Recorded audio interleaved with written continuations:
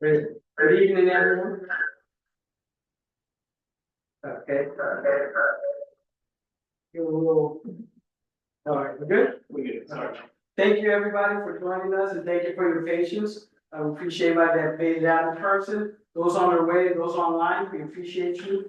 We're joining here tonight for, we're calling a community visioning session on police accountability. This is hosted by our office, the Office of Director of Police Accountability. My name is Hansel Aguilar. I am the Director of Police Accountability for the City of Berkeley. It is an honor to welcome you into this space for dialogue, reflection, and action. As we gather in recognition, you might hear some city noises in the background, but as we gather recognition of Black History Month under the theme of honor Black voices and advancing justice, we do so with deep understanding that police accountability is not just a policy issue, it's a matter of justice, democracy, and human dignity. Black communities have long held a struggle for justice, transparency, and fairness in policing, and today we continue that legacy by working toward real solutions. If you're not familiar with our office, we have a rich tradition here in the City of Berkeley on police accountability. The predecessor agency was established in 1973, the Police Review Commission, and we are a new version of that accountability model. We're now the Office of Police Accountability, of the Director of Police Accountability, along with the Police Accountability Board. And our role as an office is to conduct personnel investigations to ensure that their officers are being held to the highest standards possible. We also have the ability to receive compliments because we also want to make sure we're recognizing the good work that officers are doing. And we're also here to assist the board in their important work of policy, practices, and procedures review. So we're a small but mighty office, and we're here to provide that service for our community. We're now located in our permanent space, so we appreciate those who are attending in person. We're trying to make this home. And we're gonna have this place open for different community sessions. I just want to invoke being Black History Month, the work of W.B. Du Bois, a towering intellectual and civil rights leader whose commitment to social justice was deeply rooted in science, evidence, and vigorous analysis. He believed that knowledge, specifically the systematic study of social conditions, was essential to advancing justice and improving human lives. His pioneering sociological research dispelled myths, exposed systemic inequities, and provided empirical foundations for transformative policy change. If you tuned in this week, the board went before the Public Safety Committee with a very important report, and we're continuing the discussions about systemic ways that we need to reform to ensure that all community members are being respected by our police force and that we're providing the service that we expect. None of this happens in isolation, though, and I want to take a moment to recognize the dedicated staff of our office. We have our policy and data analyst. It's in the video right here. We have our data analyst Saeed in the back row, and our dedicated administrative analyst downstairs greeting folks. And our investigator, Jason Wechter, he's tuning in online. But we're also in constant collaboration with our city counterparts. One of our co-hosts tonight is Mr. Rex Brown, who is our city's diversity, equity, and inclusion officer. And we also have Dr. Carrie Adondo present, who has been a good partner in our work. He is responsible for the Reimagine Public Safety Initiative, ensuring that we're moving that process along. And additionally, I want to recognize our Police Accountability Board members. Some of them are tuned in, some of them are present, and we appreciate the great work that's being done by these volunteer board members. It's 9 board members that are appointed by City Council that represent different areas of the community. Our former chair, Mr. John Chipmore, is present tonight, and we appreciate you. We have also our chair, who has going to turn over, our current chair, Mr. Joshua Caritano. I'm going to turn it over to him shortly. And also our co-facilitator, Mr. Carlton Mayers, who was a national expert on policing and equity, and we appreciate him coming out here to advance this discussion. But most importantly, I want to thank all of you tonight, community members, advocates, and stakeholders who have taken the time to be here. Your voices, experiences, and ideas are what drive meaningful change. And let's take the most of this evening, let's speak openly, listen intently, and commit to the work ahead. Thank you, and I look forward to an impactful discussion, and now I'll turn it over to our chair, Joshua Kaitani. Thanks, Dr. Aguilar. Thank you, community members, for being here. Thanks to Carlton, who I met at NACOL last year, and to Rex for facilitating this discussion. We wouldn't be where we are in terms of police oversight, just like justice work in this country in general, without the Black community, without listening to the Black community. So I appreciate you all being here. Obviously, I am not Black, and I listen to people when they reflect on their experiences with the police, and that's why I do the work that I'm doing right now, and that's why many of the board members do what they're doing. So I'm here to listen, I'm here to learn, and please reach out if you ever want to talk about police oversight in Berkeley. Along with Rex Brown, I'm a member of, and Dr. Arredondo, who's leading it, the Gun Violence Prevention Program. I'm also on the mayor's Sanctuary City Task Force, where we're working to work with our support our refugee and immigrant communities. So all this work, it all impacts everyone, and we're all connected within our city. So I thank you for being here and taking the time to share your stories.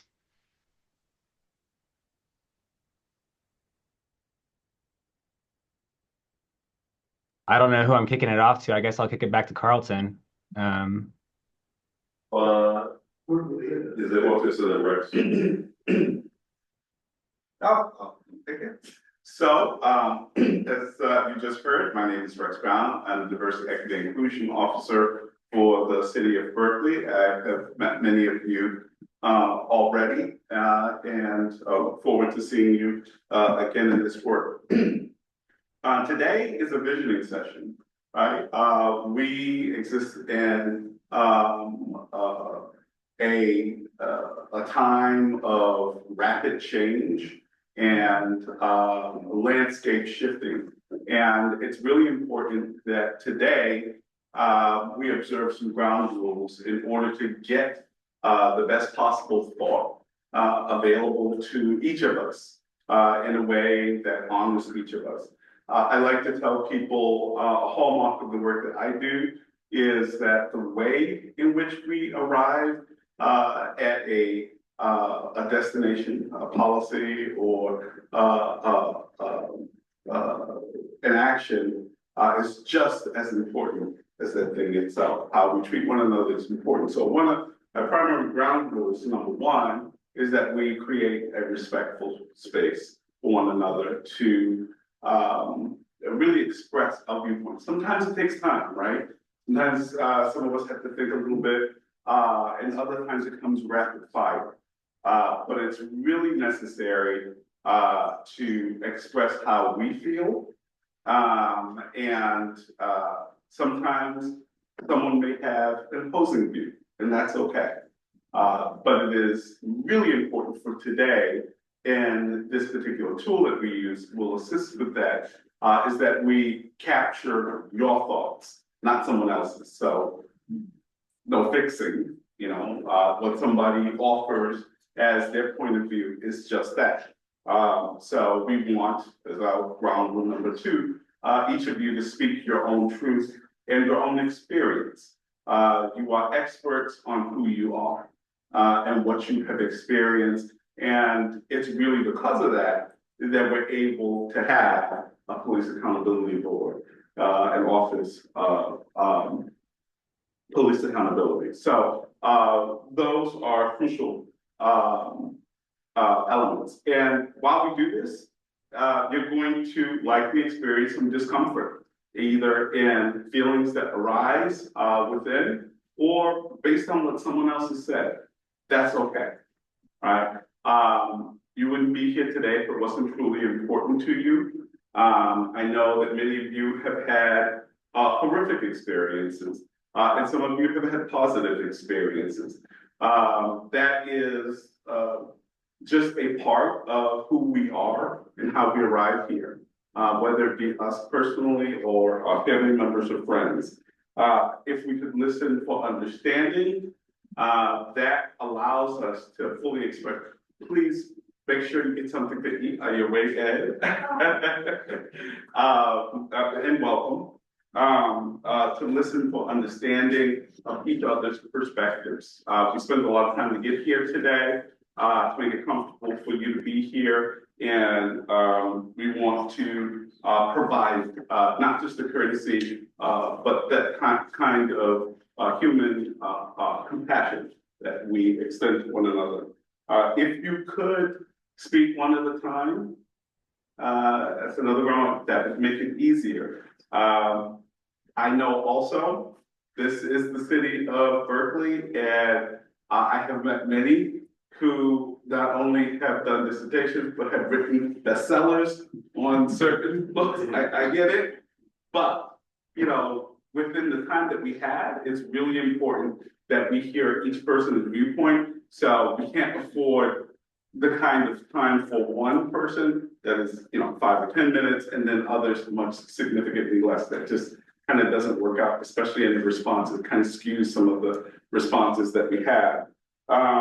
Expect and accept non-closure. Some of these issues are not resolvable in the kind of television epic that we're used to. The first 15 minutes, there's some action, 30 minutes through, you know, there's some climax, and, you know, the last 15 minutes, it all is wrapped up. That's not what we do here, right? And all of you here, I've seen you being courageous, taking incredible risk publicly to speak. This is the time to do that. But it's also a time to understand that there will be another part of this conversation. This is not the only time that we'll be speaking. It is a time that we center some Black voice as an occasion, but certainly far from it. Its topic and visioning is central to who and what we are.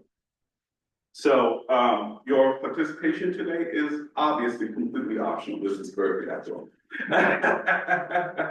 But again, I've already seen so many of you taking those risks. I know that it is something that has come easy through experience, but it's never easy. And last, I think for the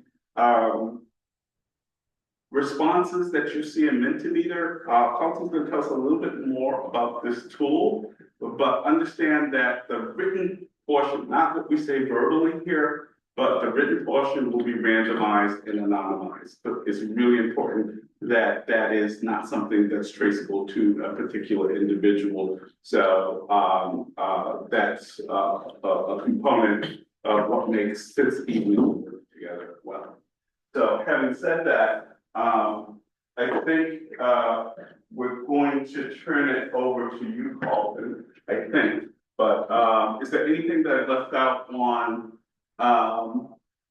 our ground rules or any questions that anyone has here, any thoughts you want to express before we begin our evening, very structured evening that we have today?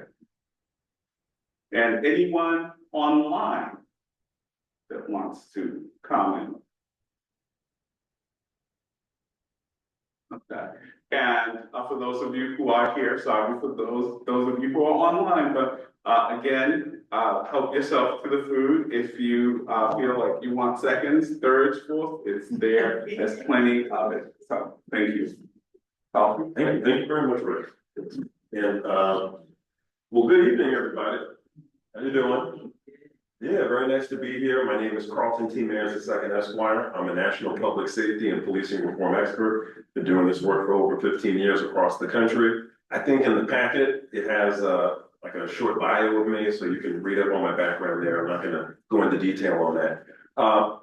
And the important thing for you to know about my background is that with all of the organizations I've worked for around the country, working in different areas of criminal justice reform, in particular policing reform, what I've done is essentially taking all those years of experience, and I've started my own consulting company where I work with communities around the country And when I say communities, I mean community groups, I mean law enforcement, I mean private business, I mean state and local elected officials, and I also mean the local media.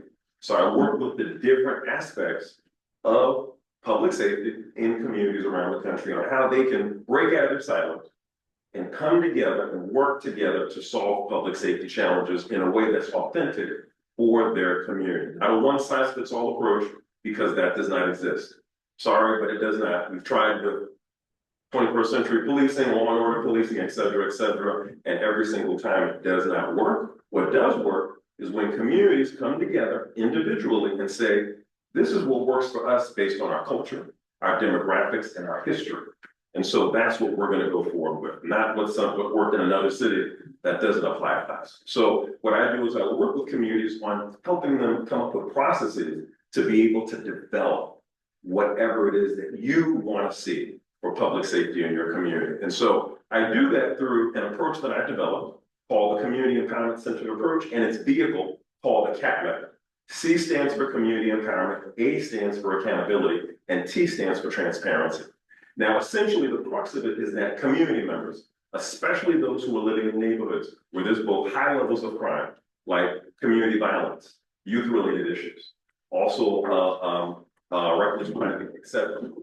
In addition to that happening in those communities, at the same time, there's also a history of high levels of negative police interactions, like racial profiling, excessive use of force, sexual misconduct, etc. So in those particular areas in communities, those specific neighborhoods and blocks and communities where they're dealing with both, what do we do about people that are engaging in crime? And then what do we do about law enforcement who are acting like people that are engaging in crime? How do we stay safe in our homes, right? In that kind of circumstance. What I focus on, how do we get those particular people in the community to be involved in, have knowledge of, and have decision-making authority over all direct police-civilian interactions, like stops, arrests, uses of force, surveillance technology, really big issue right now, especially with AI, and also with the way that protests are handled, etc.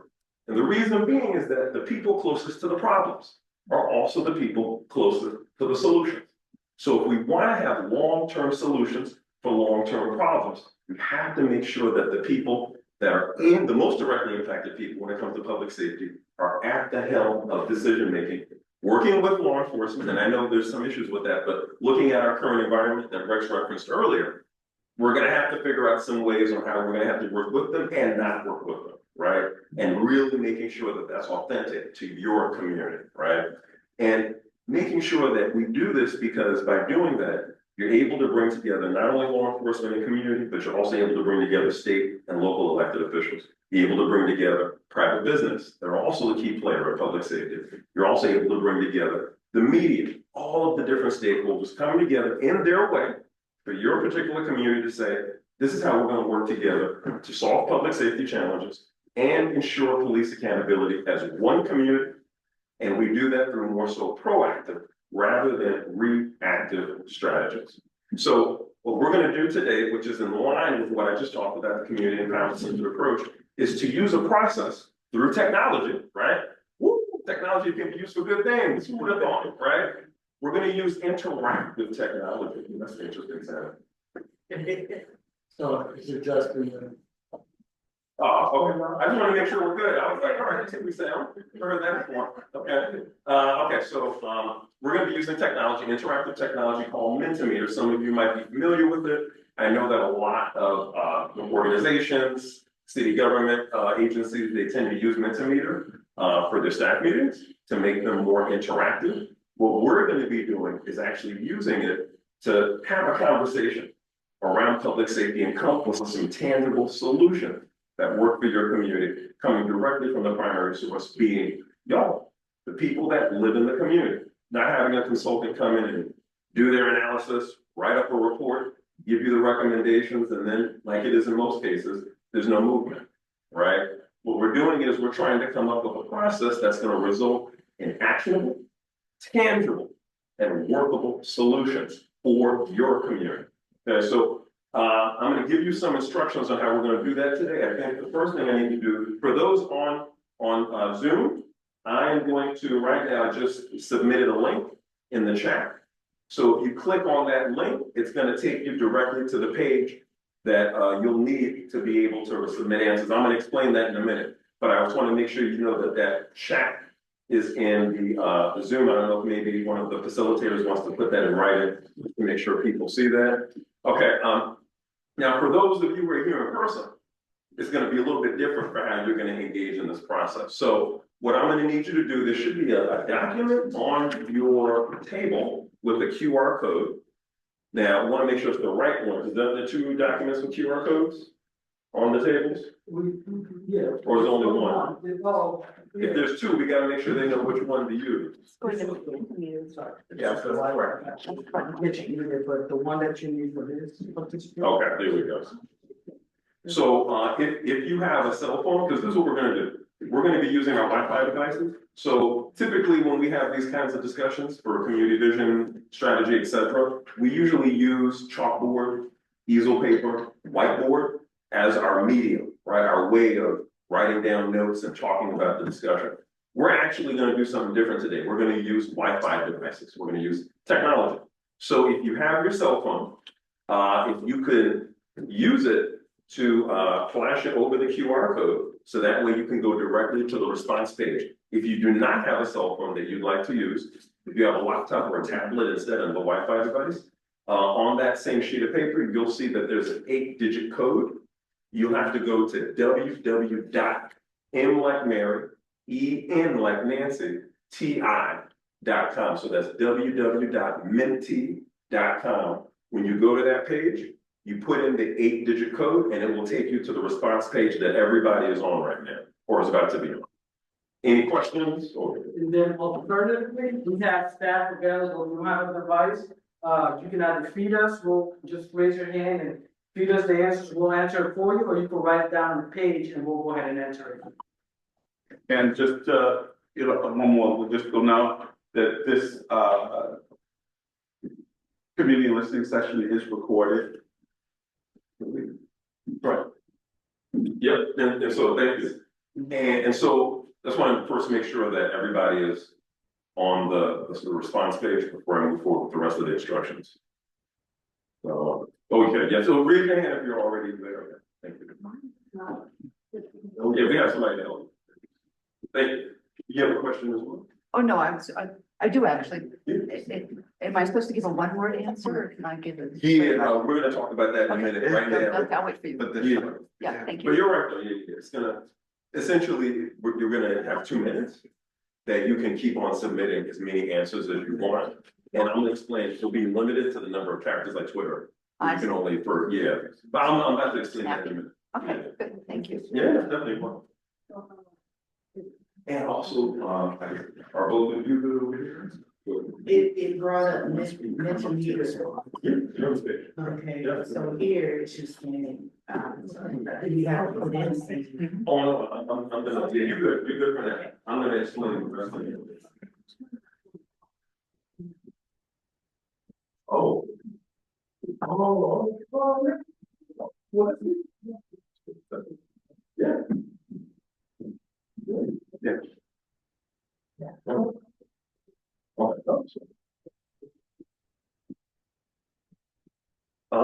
So is everybody, and it looks like, is it good to go? Yeah. I think so. And then how about on Zoom? Is everybody good there? It is? With Wi-Fi. No, I keep getting all these, I had turned it off when I came in, I didn't know what to expect, so I turned it off, but now I keep getting all these messages. You know, you're right. So right now, we're not gonna move forward. I'm gonna give the instructions first and then I'm gonna open it up. So then you can start submitting. Okay. So right now it's closed off. So it's supposed to be down. It was down here, up in, is this right? Yeah, this is right now. You're good, you're good. So just stay there for 1 minute. I'm gonna explain the instructions. And for online. Is everybody good? Let me just check. Can we just check it?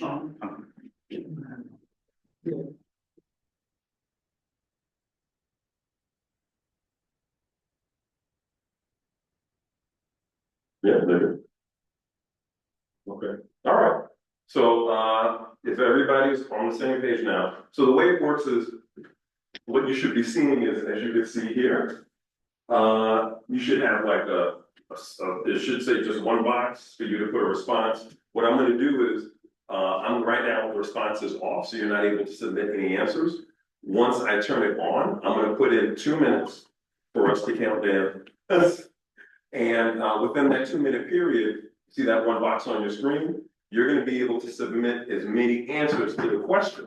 So the first question we have is, what have you experienced as a barrier to police accountability? So you're gonna, in that 2 minute period, submit as many answers as you want until the time runs out. Now, understand this about the answers. A few things to understand. Number one is, when you submit the answer on your phone or your laptop, whatever Wi-Fi device you're using, in real time, that answer is going to show up on the screen that all of us can see, including the people on Zoom. What is not going to show up on the screen is who submitted the answer.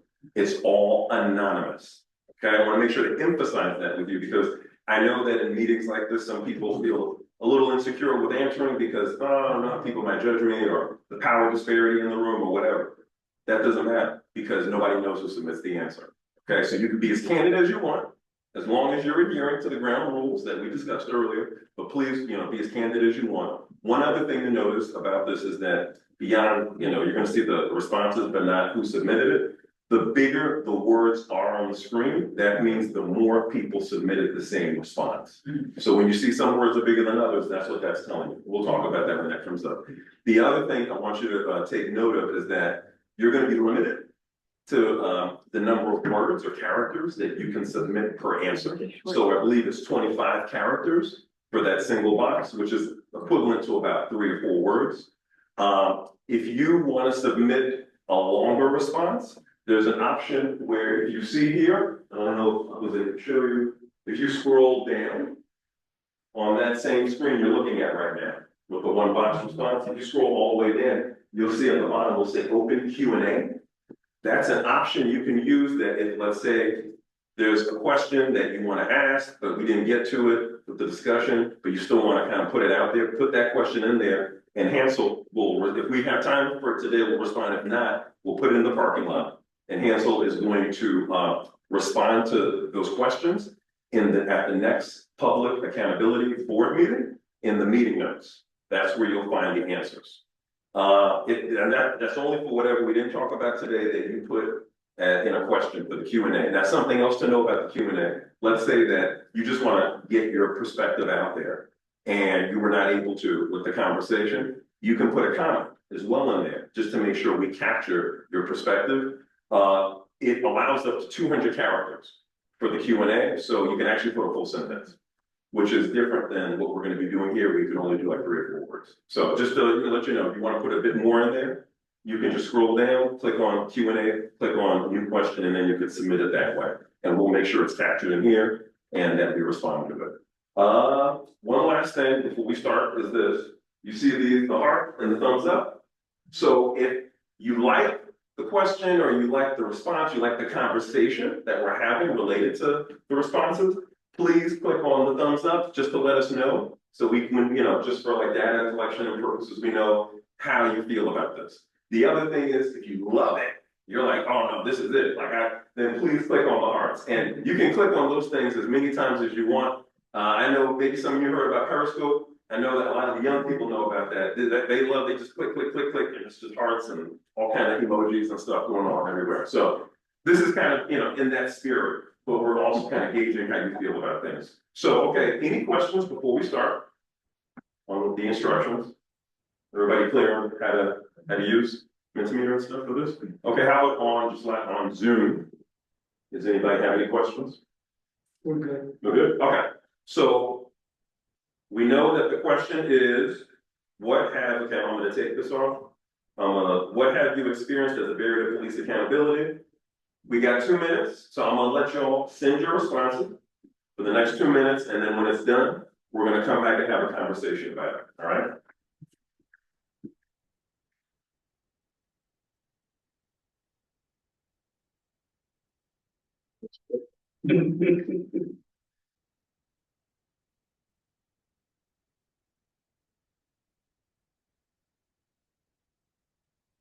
Then we got a minute and 30 seconds.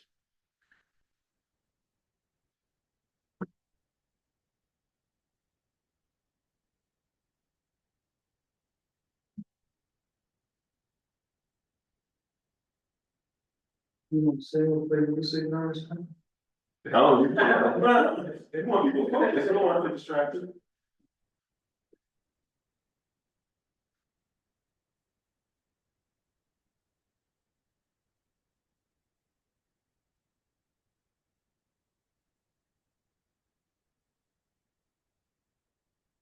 There we go.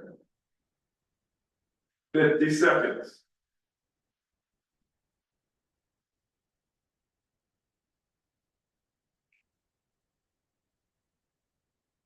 Forty seconds. Like, food energy stuff and decay. 30 seconds. Oh, the Q and A. Is the Q and A on? Yes. We want people to put stuff in there. Well, no, but it says it's off. It's the Q and A though. Yeah, that's on. Yeah. Because the top it says responding it's off. Or is that only? It might just be issues talking about here. Oh, I don't know what it is. We already have a question though, so somebody's already submitted. Four, Yeah. 3, 2, and 1. Okay, so I'm gonna, because we only had 6 people participate, but I know we got 10 participating, so, or at least 9, I should say. Anybody else who did not submit, you still need a little bit more time, we'll give you another minute. Anybody online on Zoom that's saying that they need more time? We'll give you 1 more minute. Anybody in here? Well, you good? Okay. What about Zoom? Everybody's good on Zoom? Yeah, I'm seeing some parts and likes. The question that was there doesn't seem to be there. So I don't know.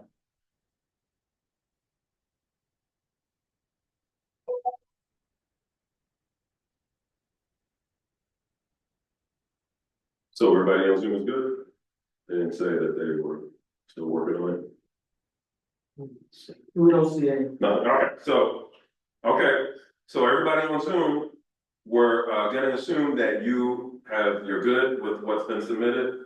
All right, okay, so let's look at what we have here. The question is, what have you experienced as a barrier to police accountability? Now, I'm not gonna go through all of this, I'm just gonna pull like maybe 1 or 2 things. It's really about the conversation amongst y'all. It's obvious that, in my opinion, it looks like there's a lot of systemic issues.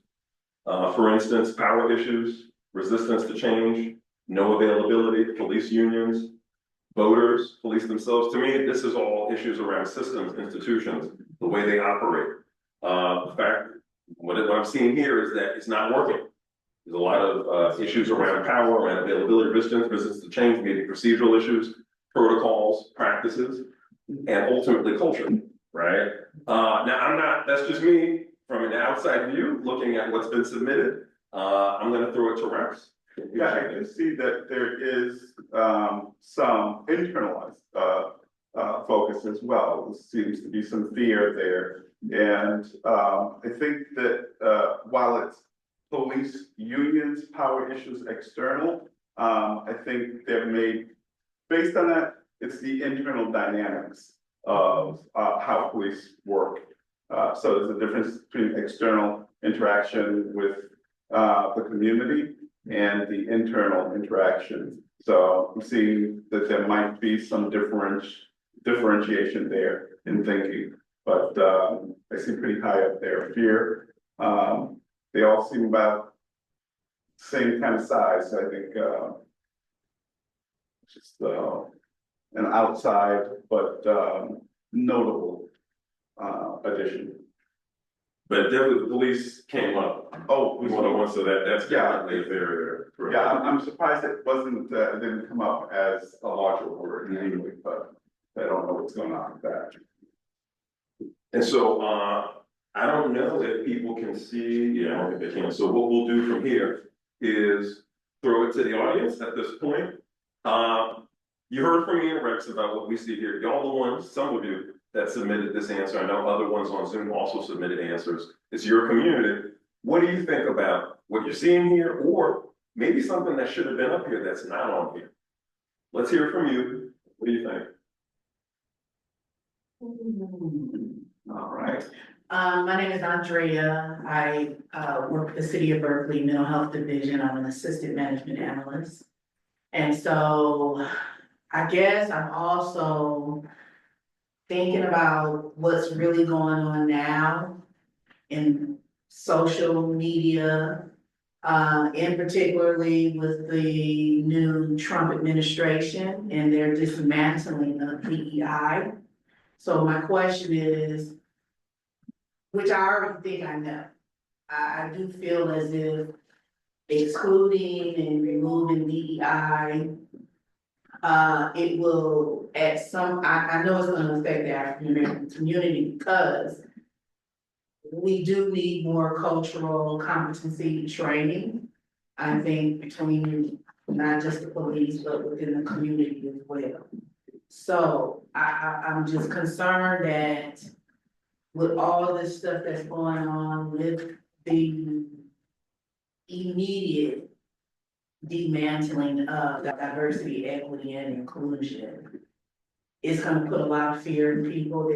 They may not want to interact with police. They're gonna be upset if they get a stop and pull over or get frisked. And so, you know, how are these organizations, these law enforcement agencies gonna be able to properly train staff to be able to interact with the African American community, people of color? We do know that we all have different cultural and religious and different type of beliefs. And so depending on what your customs are, you know, are you gonna be able to really interact with people, not just with African Americans, but with people of color, period. So I think for me, you know, with what's going on now, you know, if you're removing these educational courses and classes for people to take this training, it's just gonna get worse there. So that's my big concern, as of now, as of today, is the Trump administration removing DEI, meaning you will not be hiring cultural diversity to work in these agencies, to work with our community. So that's, you know, it's like taking 20 steps backwards. And so it sounds to me as if you're saying that there's a lot of concern in the community, especially the Black community. Yes. And a lot of fear related to what's going on Yes. with this new administration, the impact of it, with the federal government freeze of the assistance and all of that, the laying off of jobs, just how it's gonna impact. How it's gonna impact Berkeley, Especially the Black. and just, you know, working in mental health, you know, at the adult clinic or at children's, FYC, Family, Youth and Children's Services. We have clients who specifically ask for it. Do you have an African American doctor or caseworker that I can specifically talk to? I tend to relate to them a little bit more because they understand my, any and everything that I'm going through. You know, so those are questions that are currently being asked now. What's going on with the diversity and inclusion? Even with our Spanish community members, you know, with the situation with ICE. You know, you're coming into a lot of the government facilities, you're trying to remove people. Berkeley is, of course, a sanctuary city. So it's just, you know, it's one of those things where it's not just the Black community, I think it's everybody as a whole that's gonna really have some issues with the removal of the diversity and equity and inclusion programs and people that actually do the work in the community. So. And what does that mean with the interaction between law enforcement now and the community, right? Because. Yes. How are they? Yes, I mean, you know, people just today, you know, they're afraid of the police, which we should not be afraid of the police. You know, I know that there are good officers out there who are out there doing a great job and trying to help keep us safe. But at the same time, when you have instances where there is police brutality, and it's very upfront that, hey, you know, somewhere between if it's a stop and frisk, or if it's the interaction between the community member and a police officer, why does it have to wind up with someone being killed? So what type of de-escalation skills are being taught? You know, and again, how are we educating the people in the community on how to interact with the police? So I think it goes both ways, but yeah, I mean, if you take away all the DEI, specially trained people to work with the people in the community, everybody's just not gonna trust, you know, their safety. So I think that those are some of the big issues still today. Thank you. Thank you, Jared. No barrier. Well, thank you very much. So, I want to say welcome to the person that just walked in, who's around, please. And then, you want to say something, Jose, about a question? Just we do have a raised hand on Zoom. We have a raised hand. Thank you so much. Yes, and Zoom, does somebody want to talk?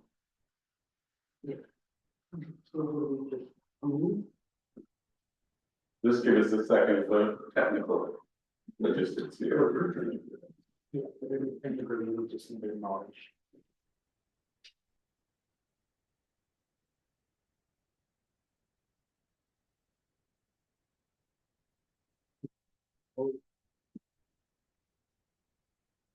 Do others have thoughts while we're trying to get that together? Anybody else want to say anything in the meantime? Before we jump on to the Zoom question. Okay, Yeah. I'm unmuted now. I can hear you. Yes, I have, can you hear me? I mean, and you can't, I'm sorry, you can't see me. I can't video myself. So my question is that I've had experiences on two levels. One, I've had experiences in living in a upper class white neighborhood. And then I've also had experiences living in a working class, middle class Black neighborhood. And I find that the police treat you differently based on the neighborhood you live in. Just everyday courtesies happen when you're in an upper class white neighborhood. You get hello, you get engagement, you get talking, you get concerned about, can I help you out your car, packages? You get service. They do service. In a Black neighborhood, they automatically talk to you rough. There's not the same interaction and engagement in a positive way. What's the problem? What do you need? What is up? It's not. So I want to know, how is the police being trained to respect human beings? I don't care what neighborhood they're in. And I've lived in both neighborhoods, and I know they treat you differently based on your zip code. And I don't care whether they're white police, Latino, Black, it doesn't matter. You get a different level of service when you're in an upper class white neighborhood than when you do get in a working class neighborhood. That's one issue I have. The other question I have is that I'm also a psychologist, and I have watched the police, even though they're kind and caring, they do not know how to deal with people who have mental health issues or in the middle of a crisis, whether they're exact or not, whether they're nonverbal or whether they're acting out. So they don't get enough training, and it's not their fault. Y'all don't give them enough training to deal with people who have mental health issues. Their job is to protect and serve, and they treat mental health patients like criminals because they don't know anything different. And I'm not blaming them. I'm blaming the training or the structure that should have a mental health professional when you get a mental health call. So those are two issues that I have found in my 70 years, 75 years of living that happens all across the board. I don't care where you are. If the zip code determines how you get treated by law enforcement. Thank you. Thank you very much. You want to say something? No, I think that was truly astute and really does go, I think a little deeper than just power issues, the different level of service and, to our earlier comment on, training. If we don't have particular training, cultural training, training dealing with mental health, if that is moving out, today, and we are where we are already with it, with what we have, what does that mean for tomorrow? And I guess, what does that mean for what we want to see for police accountability? Exactly. And I think the location disparity issue, the fact that depending on where you're located determines how you're treated. I think that's obviously a prominent, based on what we just heard, barrier to police accountability. And then speaking of what Rex said, I think the common theme here that we heard as well is that training is something that is a problem. Maybe there's a lack of it, maybe the way it's being done, maybe their training is being done, but maybe it's how it's being done might be the issue. Maybe it needs to be done differently. So like we talked about earlier, it's more authentic for the Berkeley community rather than a copy and paste training that other police departments do anywhere, generic, right? That's not gonna work here. So, you know, and this is good because as we're talking about challenges, it's starting to already transition over to solutions, right? And we haven't even gotten there yet, but we're already starting to lean into that, talking about the training. Before we switch over to the next slide, or actually before we look at the question that somebody submitted, I do want to ask, I don't know if somebody in this room or on Zoom submitted, there's two answers here that kind of made me like, ooh, that's interesting. I wonder why they put that there. The no availability. I did that one. Can you say a little bit on that, if you would? They're not available. Well, the barrier that's between us and police, it's just they're not reachable. They're not, years ago, I mean, I retired a long time ago. And at the time when I was raised, the police were they're walking the streets, and it was more of a, like a friend in classes, you know, going all the way back to, junior high school. They would have police come and, tell what they did, and if you need help. Now it's, and then as an older adult working in, Alameda County Jail, Boys Ranch and juvenile, in prison, it's just a big separation. It makes us fearful, like, well, what are they gonna do now? And then what I don't know if they're gonna give to training, but they're not trained in these areas. And when it comes to mental health, is that really their job as law enforcement? You know, so it's hard for them. And we have a lot of expectations. I think a lot, you know, calling the police if someone is ill at home, you know, you want to call them out. Then like someone said, it's definitely a big difference in the areas that you live in. I can't even get services in one, and then in the other. When I say the city, that the county has changed it, they won't come out. But then when I say the neighborhood, oh, no problem, show up right there. So. Yeah, that location disparity seems to be a common thread that's coming up. So it's just something to take note of, because I imagine this is historical as well. And then even calling, you know, to get someone, you know, the area is that, like for someone to come out here, or I'm gonna be out of town for a while, can you just make sure that my house is safe? There don't seem to be available. And I don't know if they've cut back and still haven't been able to replace police officers. But it also sounds like what you're saying is that might be resulting in this like impersonal relationship between the community and law enforcement, which is generating some fear, it sounds like, from the community members, especially certain ones. Well, you hear about all these things they're doing and getting away with it. You know, they have a strong union.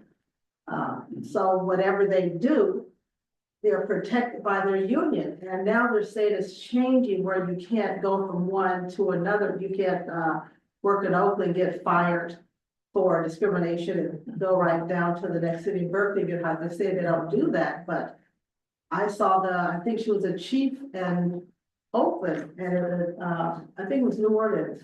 that she's there now.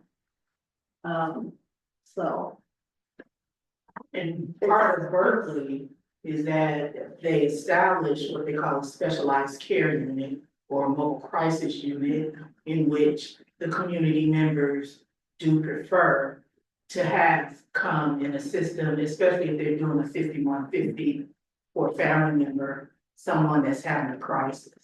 But at the same time too, there has to be some type of communication between mental health and the police department, because if that person pulls out a machete and you have this specialized care unit person or a mobile crisis person that's willing to try to de-escalate and get this person the care that they need, you also have the police department on the other hand too, and say, hey, you know, this guy or this person is dangerous. So I have to protect not only the mobile crisis people, the team that are out there, but, you know, at the same time, you wanna try to at least protect the person that is in a crisis as well. So it's something that Berkeley Mental Health and the Berkeley Police Department, I guess they've been really trying to work on that for a long time. Another big issue was a problem with the spit goods that were being used. And so people in the community were like, we don't want to see that, and how are we protecting the client or the person that's in a crisis? And so the police department at the same time too, we have to make sure everybody is safe on all ends. So this is just something that's going to have to continue to somehow come together and work. A lot of our MHSA community input meetings, we have a lot of people who are considered elderly. And so, they were telling us that, I see people every day walking down the street, they're having a crisis. They're walking out here naked. You can tell they haven't had their medication or some issue of that, but they're afraid to even try to approach. So we do have to have systems in place. So when community members do observe and see things that, something, we need some help here, do they have, we have some of the members who say, do you have a mobile crisis telephone number? Can you put it on a telephone pole? Can you put it on the curb of the street? So when you do see things like this, you know exactly who to call, as opposed to maybe calling the police. But it just depends on the nature of the situation, keeping people safe and making sure that, that person that's, with that machete or that person with that knife or with that gun, you already know that they have some type of crisis, mental health issue. How do you really be able to communicate to those people as opposed to just shooting them and killing them? So these are the type of things that the community members are addressing. They're concerned. And, particularly the elderly community, they're afraid to go out and go shopping because they're scared somebody's gonna come up on them and rob them and murder them. So it is a situation where times have changed now. People have experienced a lot of traumatic issues, so we do need more trauma support services that can help people. We do have a contract with our vendor called On Track Program Resources, Soul Space Program. So they do a lot of trauma support services for people in the community. And so, it's just a whole bunch of networking. We have to come together. It's not one agency that has the answer for the whole situation. So it's more that we all have to come together and figure out how to work together. And the good thing is that the community is willing to voice, their experiences and what they see, what they feel should be done. And we just have to make sure we're listening. So every time you call the police, I've seen people out in the middle of the street fighting, but I'm scared to call the police because I don't want anybody to get shot down and killed. So we as a community, we have to be able to come together and work together, talk to each other. And I do think that, that's one way of making sure that, we improve our safety. And that people are willing to come forward and say, hey, we want to see this change, so. Thank you so much. Because we're gonna transition to the next slide. But before we do, I just want to say that it sounds like, because there was something else here, the resistance to change. I'm not sure who put that up there, but it's just from what I heard from you. It sounds like, and I mean, I know it's just from, everything I've seen since I've been here. This is a very active community when it comes to public safety and other issues that directly impact the community. There's a lot of work here, a lot of community-based resources, a lot of connections made. But it seems like there's still more work to be done to help, these different groups that are doing great work to break out of their silos, it sounds, and be able to work together. Now, the reason why I brought up resistance to change is not necessarily resistance from, certain groups to do change with other groups, more so maybe law enforcement, right? Like, because I know there's been a lot of discussions about a lot of things, and even if the community voices certain concerns, it doesn't mean that they're going to receive the kind of response that you want to receive from the government, local government, and from law enforcement on how to address that. So I don't know if that might tie into the resistance to change from city government and law enforcement to what the community is voicing. So I'm just putting that out there, that's what it sounds like based off of what I'm hearing. But if it's not, please do say, no, it's not, that's not what's going on. This is actually what's going on. And if not, then we're good. You want to ask the question that? I do, only because I know we're moving on, and if someone was in the middle of a word and didn't have time to send it, or if that's an acronym, POL, I just want to give an opportunity to clarify now, because, we'll move on, we won't have that information later, but if not, that's fine, we can move on. Yep, anybody on Zoom? Okay, just the last thing, somebody did put a comment here, more cultural humility training. So they just said that, oh, you put that, okay, that's good enough. And just to let y'all know, anytime people put comments or questions in there, see that thumbs up? If you like what they submitted, you can click the thumbs up, just so that we know, how you're, how you're feeling about things that are being submitted. Okay, so we're gonna move on to the next slide. Okay, can everybody see it? And I want to make sure the people on Zoom, if you're not seeing the next slide, you should be, but if you're not, just refresh your page. And also everybody here that's on your phone, same thing, it should say skip ahead if it doesn't automatically show on your screen. And if it doesn't say skip ahead or automatically show, just click the refresh button. And you should see the same screen that's on the projector, that the projector is showing here on the screen. So the question is, what are actionable solutions, including policies, that should be prioritized to enhance police accountability? So we're going to give this, I want to make sure, is everybody good before we do the 2 minutes? So is anybody? Yep, okay. All right. Yep. Well, they were good. Okay, all right. So then let's start. I think it needs to be. Oh, so now we're good. Okay, thank you. Okay, so 2 minutes for everybody to respond to the question here, and then we'll come back to the discussion. 10 seconds down.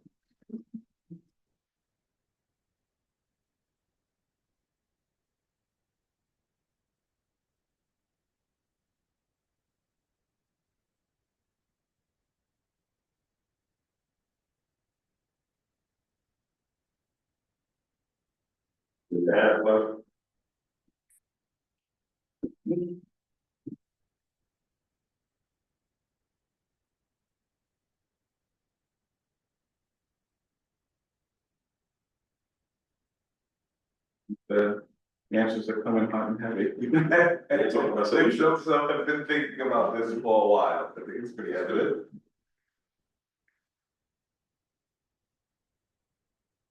And I think we're also running into our first encounter with the word limit. But that's okay, we'll have an opportunity to. 50 seconds. Yeah, and don't forget, if you want to put more in, just scroll down to the Q&A and you could put in a longer sentence. It's only 25 characters for the submission, but if you want to put a longer sentence in, you can go to the Q&A and put in a 200 character limit. 30 seconds. think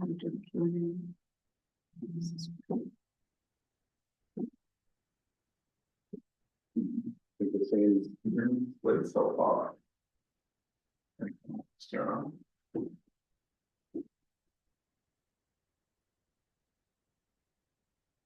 Yeah, we got 5 seconds, 4 seconds, 3, 2, 1. I mean, if you need another minute, we can add another minute. Rooms are here. Right, or you can do, yeah, open Q&A, yeah. On Zoom, how are we, is everybody on Zoom good to go? Nobody said anything on Zoom? Yeah. Nobody said. Okay, so then. No, we'll we go on Zoom. can't get, no, it didn't go. I tried to make a longer answer in the question and answer, and it wouldn't let me pull up my keyboard to even answer the question. So my answer is pre-hiring psychological assessment with a focus on biases and past mental illness that might be hidden. And so that's what my question is, that along with psychological assessment, the regular ones they do, but they need to have one that talks about bias, and they also need to add about the history of one's psychological issues that might impact them under crisis when they're policing. Okay. Okay, thank you very much. And just to let you know, because we are transcribing the whole event, all of this is being captured, the discussion, so even what you just said, we definitely captured it, even if it's not captured on Mentimeter completely. So thank you. Incorporated in the song. Yeah, it'll all be, ODPA will be incorporating all of this information. Okay, so everybody's good at this point, right? Okay, so the question is, what are actual solutions, including policies that should be prioritized to enhance police accountability? All right, so, I mean, I'm just gonna give a little bit just to be quick with it so we can get to the conversation. Obviously, we just talked about trainings. So to me, that's what I'm seeing here a lot of, is that people want to see more training of law enforcement. We have, for instance, trainings, just right there. We have cultural competence classes. And yeah, there's a lot here on city council, but I'm gonna, just for time's sake, I'm gonna pass it over to you. Yeah, I think also the evaluations component isn't just training, it's assessments for hiring and retaining. So I think that's a particularly important issue for council as well, to understand what's going on. So I think it's some policy interplay there. In terms of council not hearing, that is, that's a little bit more complicated because I'm not sure, and this is for discussion, if we're saying council doesn't hear the community's complaints about the interactions with police, or council doesn't hear that there are issues at all. Then obviously we touched on, someone had mentioned rotating to other cities in our last question as well. So that coming up again here. So so for city council, I think it's a policy and procedure issue because it's separate from BPD, but there seems to be an interplay that people want us to connect in terms of accountability. And obviously with the role of PAB, that's truly important. So I think that's a place for us to probably explore a little bit. And I think we have somebody that raised their hand who wants to actually expand. Well, council doesn't hear, and I tried to expand it a little more in the comment that the city council and other city decision makers, not just the council, as far as I can tell, they're not hearing or they're not listening to the kinds of comments that I'm hearing in this room about, for instance, the disparity between neighborhoods and so forth. So I don't think they're really understanding where the issues are.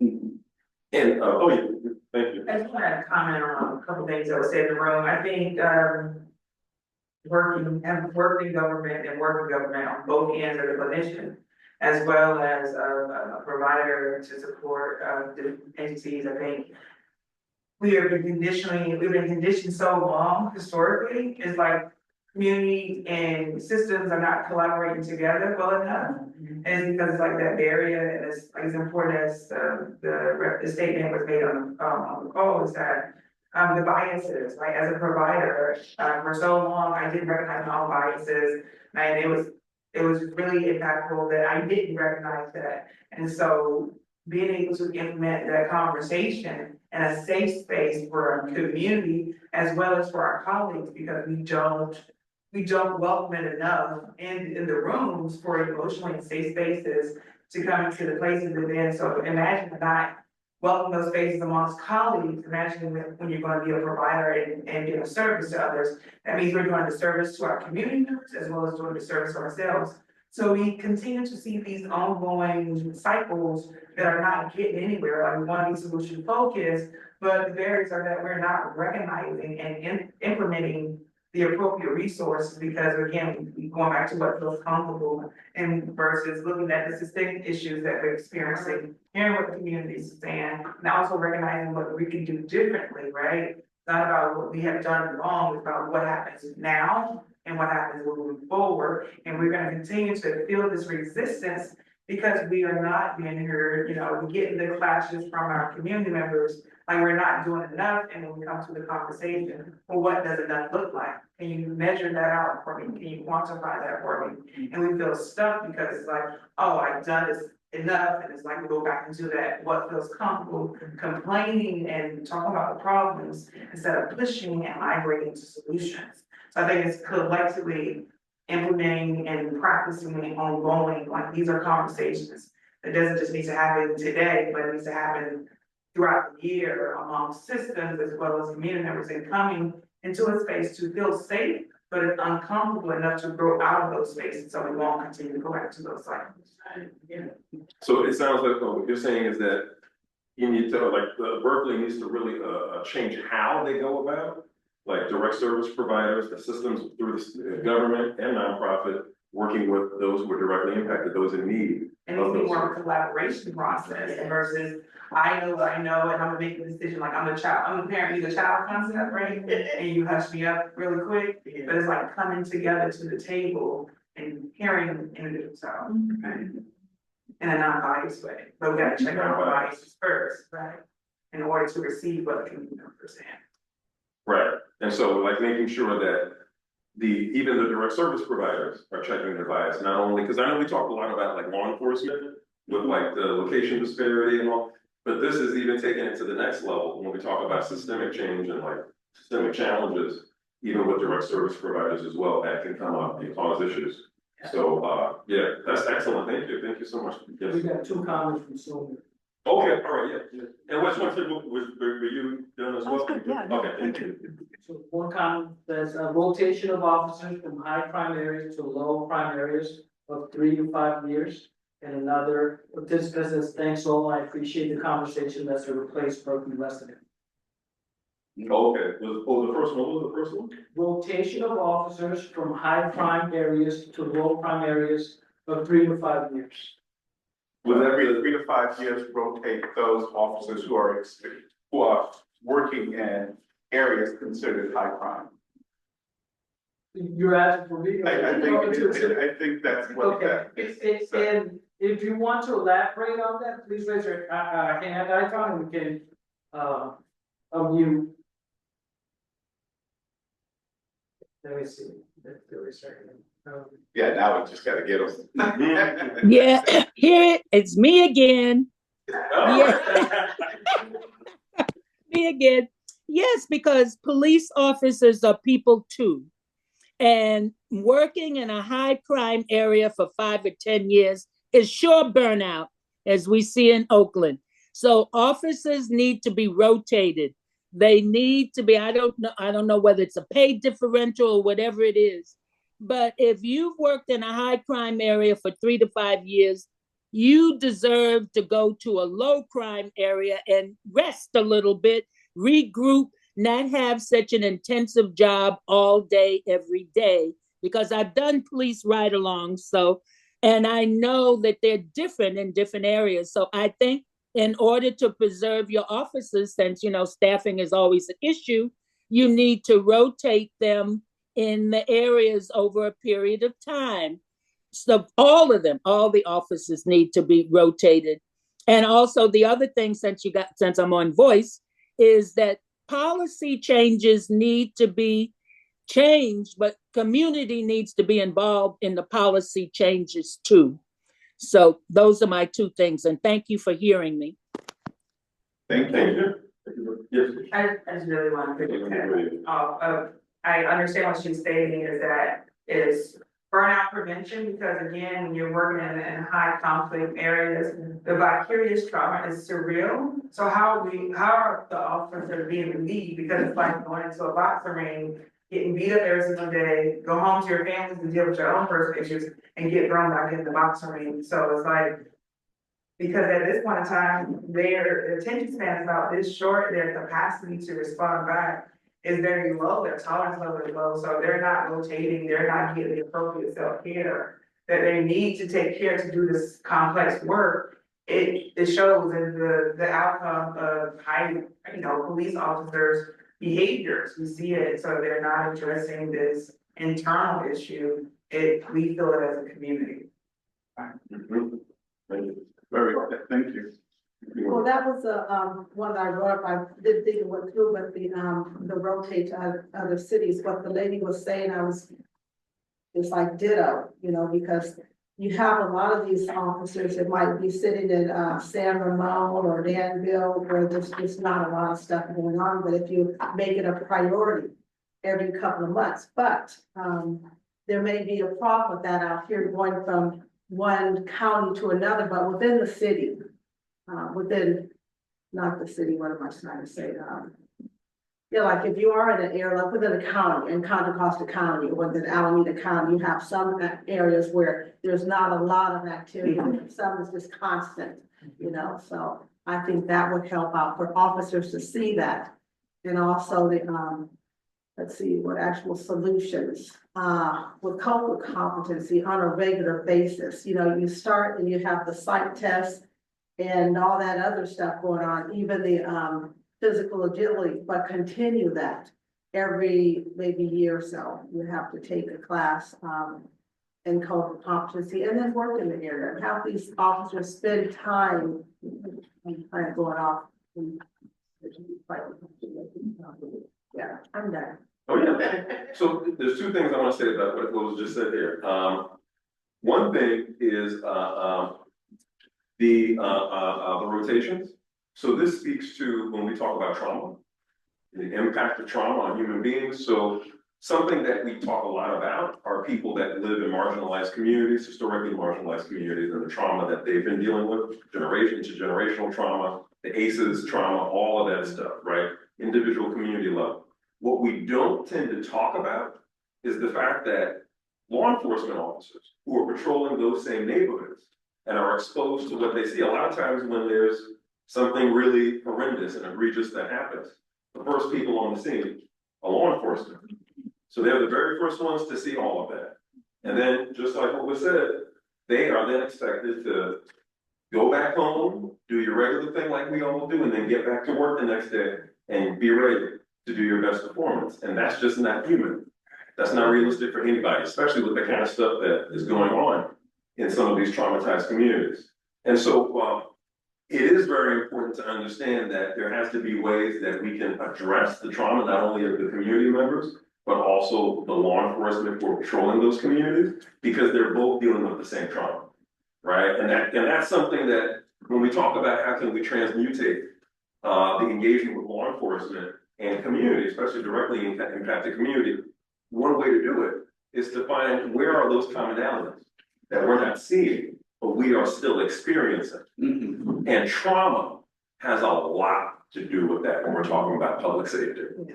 And it goes both ways. But a lot of times it's either we're looking at the trauma that law enforcement are experiencing and not so much the community, or the other way around, we're looking at what the community is experiencing and not law enforcement not seeing. We're all experiencing the same thing together. And if we really want to address it holistically, we have to bring both of them into the conversation and have both of them understand that they're experiencing this trauma, right? And so, but what that looks like, how you go about doing that, like I said earlier, there's no one size fits all approach. It has to be something that's authentic to your community. But I think it's important that we're uplifting, right, this issue around the rotating of officers and why you all think that that would be a good solution, right? Because of this trauma that they're exposed to, because they might be in one area too long and then they get accustomed to engaging a certain way, right? All of that stuff comes up, especially related to trauma. So I just wanted to highlight that. And then there was one other thing that was said. Well, that pretty much is. I think that's use of force. Well, no, there was something that was said that kind of stood out. And you know what it was? That's what it was. The council doesn't hear. I just want to say that because I saw that was there and we're listening by the city. I just know that this has been kind of a thing where, and I'm just putting it out there. Let me know if I'm wrong. And I'm just basing it because I also sat in on the public safety city council meeting yesterday. So I'm basing it off of watching that and what I'm hearing from all of you. I'm just wondering, is the city of Berkeley and the Berkeley Police Department one of these, you know, city government agencies and city governments where they just like kind of check the box? Oh, we had a good community meeting. We had all the community members there. We had these discussions. Check. All right. You know, it's not like they're necessarily saying, okay, we're going to do what you guys want us to do, but we're going to say that we at least had a meeting. You guys showed up. Boom. We checked the box. Now, I don't know, because I know a lot of cities do that. Like the whole, police officers giving out ice cream, you know, to black youth and stuff, playing basketball, just things that are kind of superficial and don't really engage the underlying issues. So I don't know if that's what is coming up when we're seeing this, or is it not that? I just want to throw it out because if it is, I think it's something important to uplift, but if not, then what do y'all think? You got yes from the Zoom chat. Oh, yeah, okay. I keep on forgetting we got people on Zoom. Yeah, that's right. Okay, all right, thank you. All right, well, everybody here in person also agree with that, or? Yeah, all right, okay. I would say it's a mix. I don't think it's a complete performance. I think there's but not nearly enough, It's mostly box checking, Okay. I would say, but I don't want to say entirely, you know. Right. Okay, all right, well, thank you. A little bit of intentionality, we don't want to be intentional. And we got a hand raise. Oh, please. Here I am. Yeah, I think she's right, but when it comes to South Berkeley, she's wrong. They don't hear South Berkeley. They kind of, you know, when South Berkeley, South and Southwest Berkeley talk, you know, they kind of, but they don't really hear us the way that we in South Berkeley feel like we need to be heard. Thank you for that, because I know South Berkeley is one of the communities where there tends to be a lot of activity related to, criminal activity, but I imagine also with the law enforcement engagement, that's probably where some issues are coming up too. Okay. I don't know what accountable solutions, I know from years ago, they used to have a barbershop forums in Richmond. Are you familiar with those barbershop forums? Those worked out pretty well. What happened? Why do they stop when something's working? And they have the community and the police officers there for maybe 6 or 7 months. And just to, you know, calm down things, why does that continue on a regular basis? I'm glad you asked me that. I did receive a request to see if we could begin those again. And one of the things that I've noticed early is sometimes when a goal is not clear, a thing can become performative, right? Because it's not clear what you want your end goal to be. And if you know going in, we want to do these barbershop forums because we want to foster not just a community of trust, but a connection where the community understands that it is seen as human. And that law enforcement understands that this conversation is going on And that there is the ability to change perspective that way.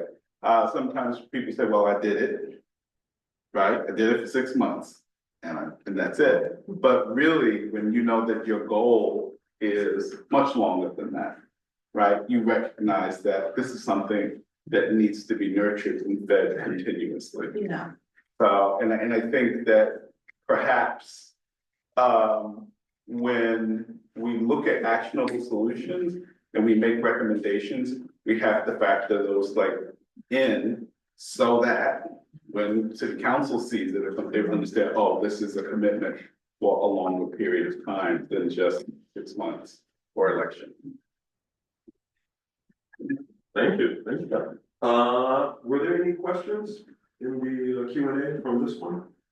Or is that a new one? Time that city decision makers need to hear what's being said in this room? Oh, no, that was from the last, okay. All right, we're gonna, so we're good with this discussion, even on Zoom, before we move on to the next question? Yeah. Okay, so, all right, the next question is here, before you start submitting, the next question is, what steps can ODPA, the Office of Director of Police Accountability, take to improve, is it up? Oh, okay, there we go, okay, I wanna make sure everybody on Zoom can see it too, okay. So, the question that's here is, what steps can the Office of Director of Police Accountability, ODPA, take to improve communication with the public and address these priorities that we just discussed? So we're gonna give it 2 minutes. And you can give your responses now, and then we'll come back and talk about it.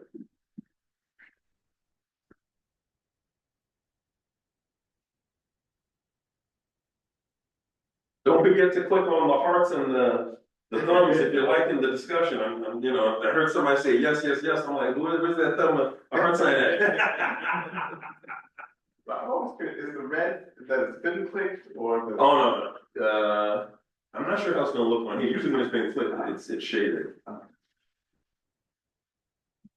Oh, nice. Okay, we got a heart. We got one heart in there. Come on, throw some more in there, people. Be like Periscope. These are cool. Yeah. Throw like 10 hearts in there. Yeah, sometimes they forget the conversation in that purpose. Yeah, exactly. It is fun though when you see it popping up.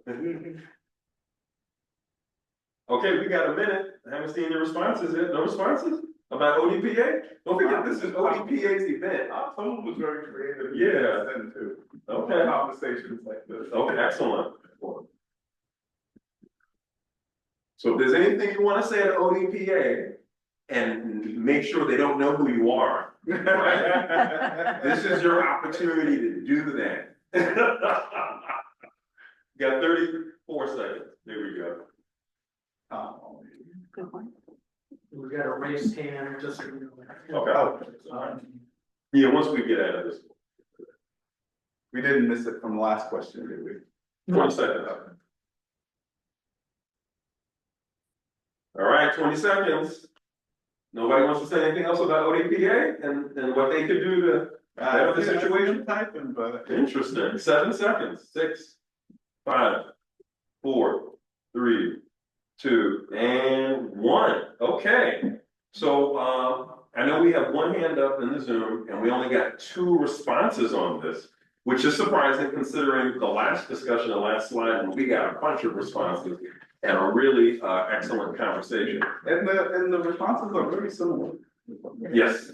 Okay, so the question here is, what steps can ODPA, the Office of Director of Police Accountability, take to improve communication with the public and address the priorities that we've been talking about today? So it says, more conversations like this, have town hall meetings. So essentially, there needs to be more discussion, more bringing people, like we talked about earlier, creating processes and mechanisms that allow different aspects of the community to break out of their silos and be able to come together in a way that's authentic for Berkeley, so that you can have these kind of discussions, even with your law enforcement, right? And so whatever that looks like, town hall meetings or hybrid type meetings, whatever, it seems like that's what we're hearing. I don't know if there's anything more. No, I want to hear what that raised hand. Yeah, let's throw the raised hand in here. what their response. It's only because the technology is not working. I tried to type it and it wouldn't work. So your technology isn't always consistent. But I like the coffee with a cop is really nice when they come around to the different communities and you get to see in person the police officers. I put it in the chat. They do coffee, you know, they have coffee. They have different areas where they do coffee.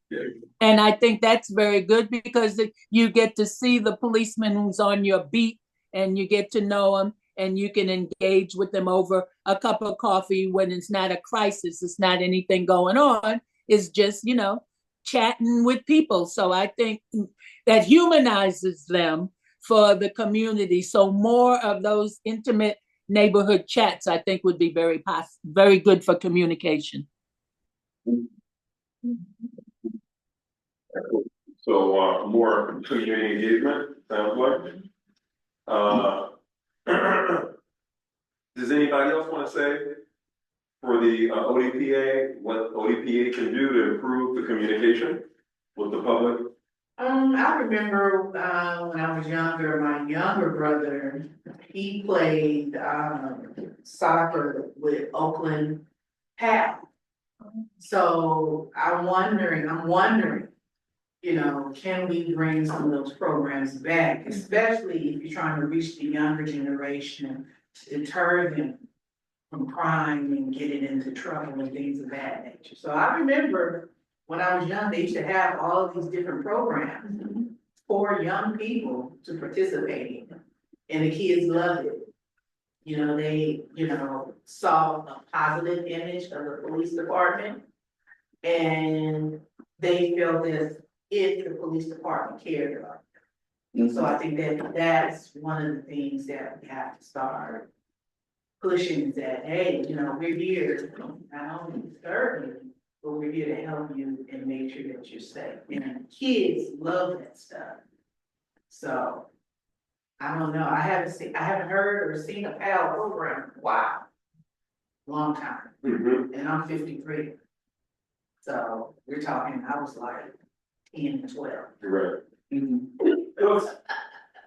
so essentially what I'm hearing and seeing here is that maybe ODPA can somehow be like a liaison, or maybe somehow work with law, because I'm hearing a lot about BPD, right? Like the coffee, sitting down and having a coffee with the BPD officer. You're talking about the PAL, like in Oakland. So these are all programs that involve engaging directly with BPD. Yeah. But we're talking about ODPA.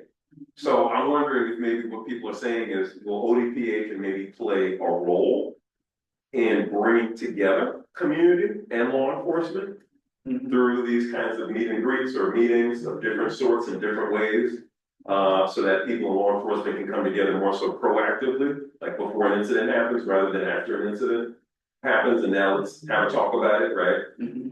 So that way there's more relationship building, more trust building, more, you know, confidence in law enforcement, and also confidence in community. I think law enforcement struggles with trusting and having confidence in community as well. And so, I don't know, does that sound, that's what I think I'm hearing. I'm reading here. And it's a brilliant insight, and I think I'm hearing you all say that. So I think it's a really good, it's good to have someone from the outside kind of put it together. It does help to have outsider come in, but it's all about how you utilize the outside expertise. Yeah, I think is the important part. Excellent. Yeah.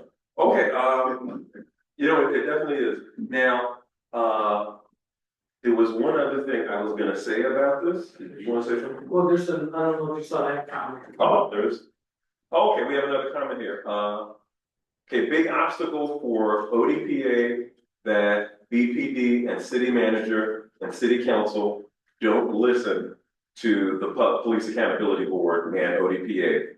For instance, yesterday's meeting, have recommendations disregarded by BPD and council members. So I don't know, yeah, council, if you want to say something about that. Yeah, and I think we appreciate definitely the feedback. We're recognizing what we need to do as an agency. We want to make sure that we're getting out the reports to the community, that they're aware of consuming them, making sure that they're in a format that is actually widely available for all audiences. So we're working with the PAB on these things. We're very conscious about our lack of proactive community engagement. We would have liked to, and I don't want to get ahead of our next session, but there's one that I'm really interested in for the community. But how do we continue to improve communication? And we put out some press releases here and there. We just, for situational awareness, we don't have a dedicated outreach and communication person, something that I've gone to city council now 3 budget cycles. I understand it's a difficult budget. It has been difficult budget seasons, and we can expect it to be a little bit more difficult. But there are ways, we're also gonna be more proactive. We're working with our partners, internally, Youth Works, we're setting up an internship program. We hosted 1 intern last summer, from the university, and we're bringing that program back so we can expand our reach to the community. So we're mindful about these things, and we're falling short, but we appreciate the feedback. Thank you. Yeah, was there anything that was, oh, sorry. And thank you for making that comment. I think when we talk about some things out of our control and what's within our control, I think we want to see like, well, follow back up, right? I think we're seeing that this can't happen right now, but this is what we're hoping to happen, just like continuing the dialogue so we don't feel like left out and feel forgotten, as if it went on deaf ears.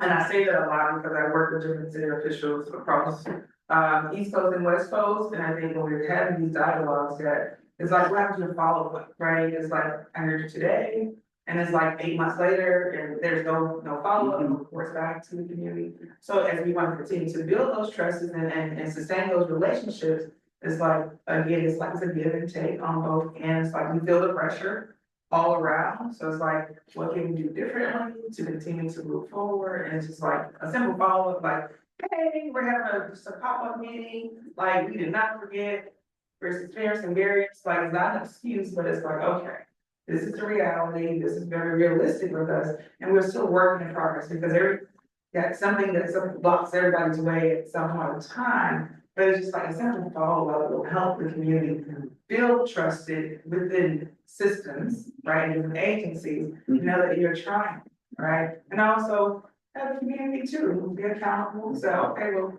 do you wanna hear something? Show up at the city council meeting, what's your opinion? Don't come just as a Debbie Downer, come with some solutions on how we can continue to work together, knowing that it's all our community at the end of the day. So, but all of it, important feedback on all of this. And so, thank you for that. What I'm hearing from you is that follow-up and follow-through. Yes. Like, let's not just meet to meet and have a great discussion, come up with some solutions and recommendations, and then nothing happens after the meeting. That's just like if you have a report of what's being discussed at the meetings, what the community has, given in terms of input. If you can post a 30-day review to the community so that they can see, hey, they're talking about this, they're talking about that, let me put my input in it, within this 30-day public review, so that will allow people to voice and talk about their experiences and what they would like to see improved in terms of services and different outreach programs, that's being provided to the community. So you can have a 30-day public review and, gather all that data, information from the community and say, hey, this is what people want to see, so this is what we should be implementing, and then people can see the output of what, they decided to participate in. Right. So that's, so it's just mainly just, I don't know if some of the, public information officers, if they have access to Facebook, if you have access to Instagram, everybody's on the ground. Mhm. So you can post a lot of stuff and people will be able to also give input, so, those kind of things work, I think, in terms of people participating. So also looking at like social media. outlets, Yeah, ways to engage. everybody's on social media. Right. Yeah, thank you so much. Was there anybody on Zoom that said anything else or had any other statements before we move on? So we have one more question before we have the final one, which is the survey. What did you think about it? So we have one more, and then we're gonna wrap it up and kind of talk about that. So we're good on Zoom, just want to make sure. Okay, all right, so let's go to the next question. Thank you for that excellent conversation. Okay. All right, so the next question here is, what can ODPA do to get more community participation in the Police Accountability Board meetings, the PAB meetings? So we're gonna give this 2 minutes for you to respond, and then we'll have discussion. That'll be the last question before the survey. We'll wrap it up.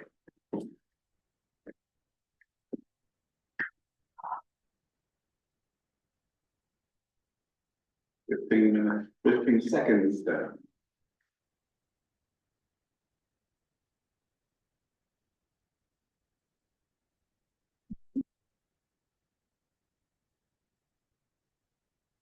Damn.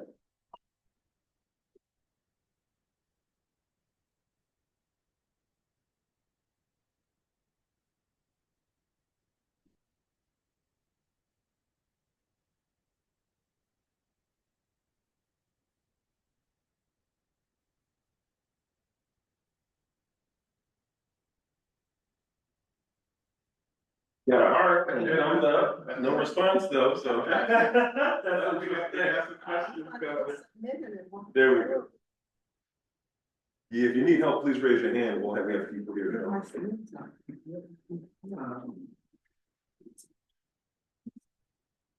Okay, we got 45 seconds. Any other responses? We got one response.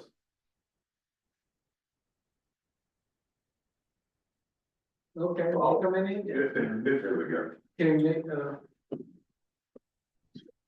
30 seconds.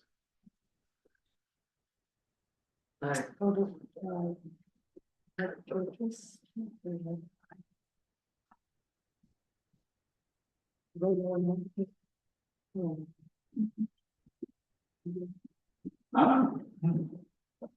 Nine. Oh, that's a lot. Okay, 5, 4, 3, 2, 1. Does anybody need more time? Yes? Yes, okay, so we'll do another 1 minute or 2 minutes? What do y'all think? 1 minute? Okay, we'll do another 1 minute. Okay, so we have an additional 1 minute for anybody that wants to submit any more answers for this question. What can ODPA do to get more community participation in the Police Accountability Board meetings?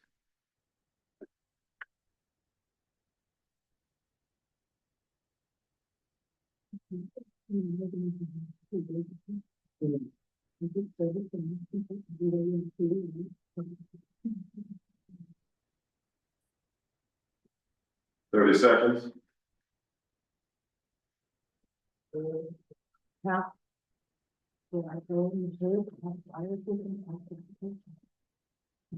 One second.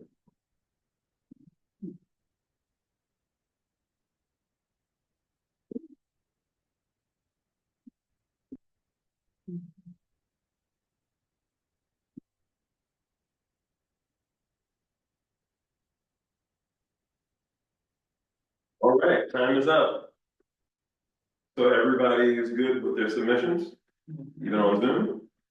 Okay, all right then. So let's see what we have here. The question is, what can ODPA, the Office of Director of Police Accountability, do to get more community participation in the Police Accountability Board meetings, PAB meetings? So I'm just gonna say one thing and then just for time's sake, so we can have more of a conversation. It's obvious that outreach and advertising seem to be the big topics here. If we're talking about advertising on radio, TV, send flyers, public service announcements, PSAs, social media, advertise, there's just a lot about outreach and advertising, like in different modes. That's what I'm seeing. Anything you'd like to say? Yeah, I think that so much of the advertising outreach indicates that people need assistance and prioritizing what is of value for the very limited time. And the advertisements are the way in which that's done. So really making sure that people are clear Mm-hmm. and can make a clear decision. It's not just for notice sake, that it's actually a feature for people. It's something that they need the advertisement in order to prioritize. Right. All right, then, and then let's have the conversation with the group. Anything you see here? I'm gonna ask something about something that's on here, but I first want to hear from you before I ask it. Anybody want to say anything about anything that's here that's not here that you think should be on here? For this response? And also the Zoom too. The one location, I think one thing that could be helpful is just like as simple as like signage or like a sandwich board kind of in an area so that people know since this is a new location. Just like which door we're walking into and stuff like that, because sometimes like when it's darker at night, it's a little hard to tell with, you know, which building is the actual address. I can see that on here. Thank you. Yeah, that's very helpful. And that's very important for people knowing, you know, where to come and how to access. Yeah, that's extremely important. Yes. Like when people are running for office, there's all sorts of different ways of communication they do. Maybe they can do the same thing. Like I think someone already mentioned Instagram, but just the social media, that's huge. Oh, it's already there. You know, that's really big. Yeah, and I know some people talk about like Block Watch. A lot of Block Watches now are actually operating on Facebook and other. Block Watch is like a community watch, like a neighborhood watch. You know, group block. Yeah, like we watch our block kind of thing. And instead of it being like an in-person kind of group where we always meet once a week or once a month in person to talk about what's going on with public safety in our community, they instead meet on social media, which means that, you know, it's more accessible to more people. You don't have, if you're not able to show up in person, you have to be at home, you can still participate. And then you're able to not only impact and communicate with people on your block, but also with other block watches. So now you have some coordination amongst the communities in regards to public safety. And then when you're working with law enforcement, ODPA, other agencies that are working on public safety, it helps inform them on how they could better serve you, because that's what they really do, serve the community and help out on public safety issues. So, you know, it's all about everybody working together, but in a way that works best for you. It's gonna look different in every community. Now, something I was gonna ask, is unless somebody on Facebook, oh yeah, please. That's how I think about like when you look at it from a marketing perspective, right? Marketing, advertisement. I was thinking about what's the benefit? Like, why should I even show up, right? Everybody may not have a different interest. Like, what's the benefit? What's the value that they're getting? And I think it's important to frame it for different communities. You know, young teens, young adults need to show up, college students, like all parts of the bracket needs to show up in meetings and what's their opinions, but what's the benefit? I think educating and communicating that in a way that's relevant to the population that you're talking to. But again, how does it benefit? My son is 19. And he was like, oh, why are you doing that? I'm like, why not, right? And he's like, well, how does it benefit me, right? And they're athletes, they better go shoot ball and go eat out at dinner instead of going to important meetings that I mandate to go to now. But you think about like, how does it benefit them, right? Versus somebody that is a parent and does have children, they'll see community safety different. But also, how can you have that same language with transitional age youth groups or younger children? It's like it's important for everyone to show up because everyone has a voice that matters in it because everybody can be impacted by these decisions. So I think just looking at the framework too, what is the benefit to the community? How to start having those conversations early, because again, the purpose is what's the intentions, what do I do? How does it benefit me? And I say that because I host community thoughts too, and they're like, what are you doing? I'm like, yeah, I made you dinner, but it was like, look, this tea, but why do I need to show up tonight? I was like, because what are you doing for your community cleanup? But it is a conversation that people do want to know. Like, how does it interest them? Because it's a different topic, right? Or it's something that's different for them. It's not talking about the game, right? But if you're talking about that, how do you make it relevant? Do you need to make it an influence and sometimes getting, people who makes the influence to show up at meetings? Yes. Because being that populace community, like what are we doing differently to re-engage our community and have a very intentional and fruitful. And oh, sorry, go on. Point out, is the accessibility component, so sometimes there are like, there's like a spectrum of barriers that prevent people from, getting into the space or attending, so. I have a question specific to police accountability board meetings, but like that idea around coffee with a cop where they're going to different, community, cafes throughout Berkeley, there could be some type of campaign or initiative, going to different districts and having some type of, engaging conversation. So going there, but then having those. Go ahead. I just wanted to comment on when you said accessibility, right, when I think about my house neighbors or our communities who still have a voice too as well, or senior communities who still, sometimes transportation is a barrier, right? So how are you meeting the needs for people who live in the community and still want to be a part of the community?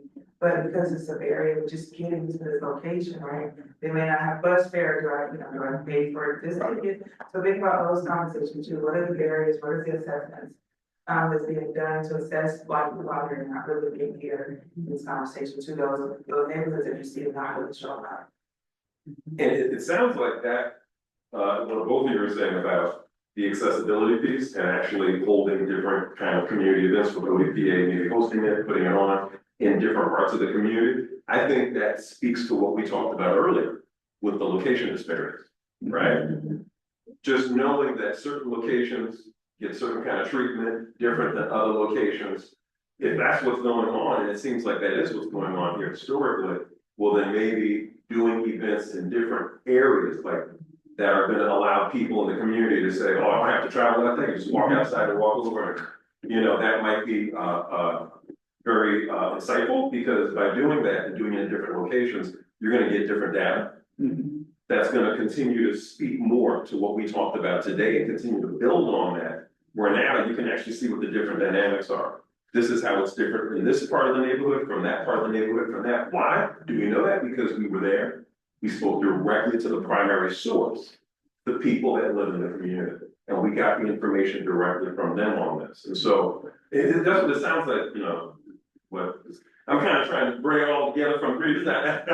But it's just, it seemed like that common thread was coming up. Yeah. You were gonna also. No, I agree 100%. And I think also it added to that, like in the Flyers and all neighborhood, not just the location disparity that I'm seeing, but also in terms of the marketing, that is, the call is for traditional and newer forms of marketing, which is, requires some work too. Usually you will have a staff person who puts that kind of plan together, an outreach plan and some kind of communications plan. So that's a lot of work, but I'm hearing that's exactly what people are asking for. So it's pretty,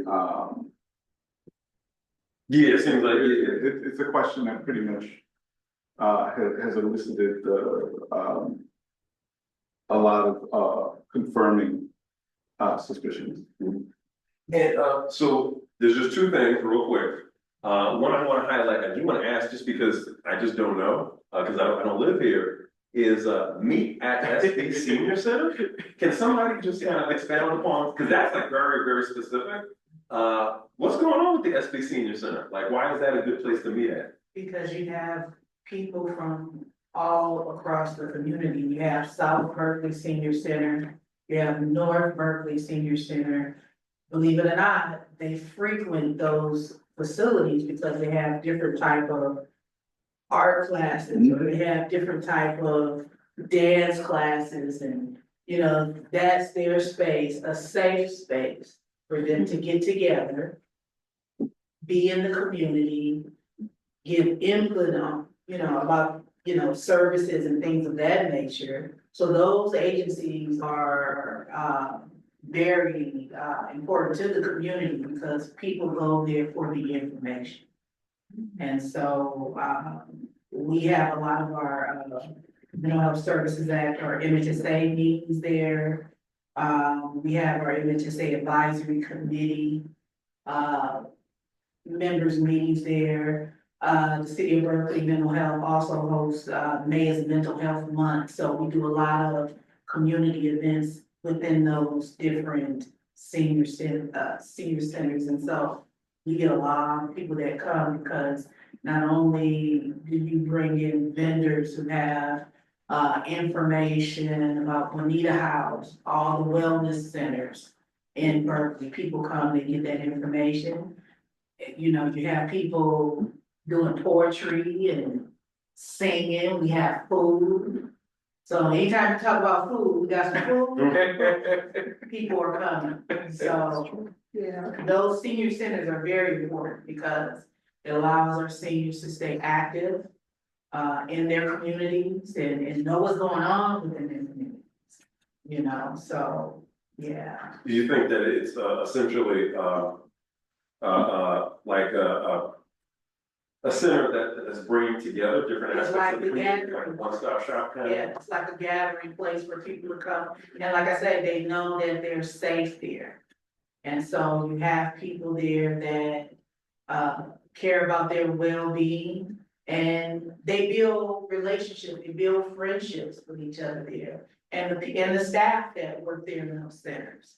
So it's a good thing that, you know, if we have an event, you know, we typically use the senior centers to host, you know, our events and have our community gatherings, so it's a good thing.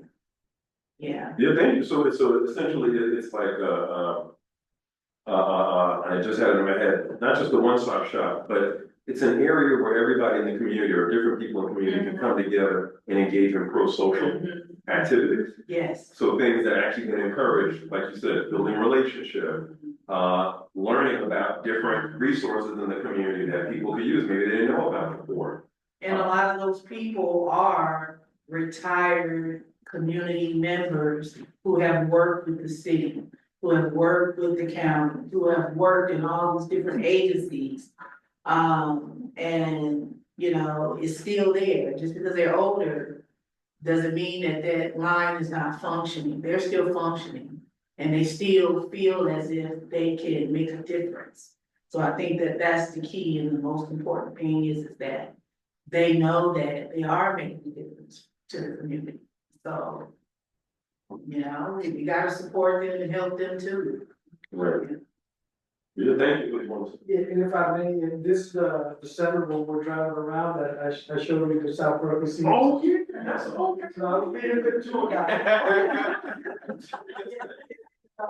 And we also do have a special relationship, as you know, the namesake is the Judge Henry Ramsey Junior Center, and son was one of our one of the founding board members of this new iteration. Nancy Ramsey, who served, just stepped down, pushed out by the administration rather, as the U.S. Attorney for Northern California. So this one of the things that I appreciate about Berkeley, how we uplift in our history and the contributions that are made by our community members.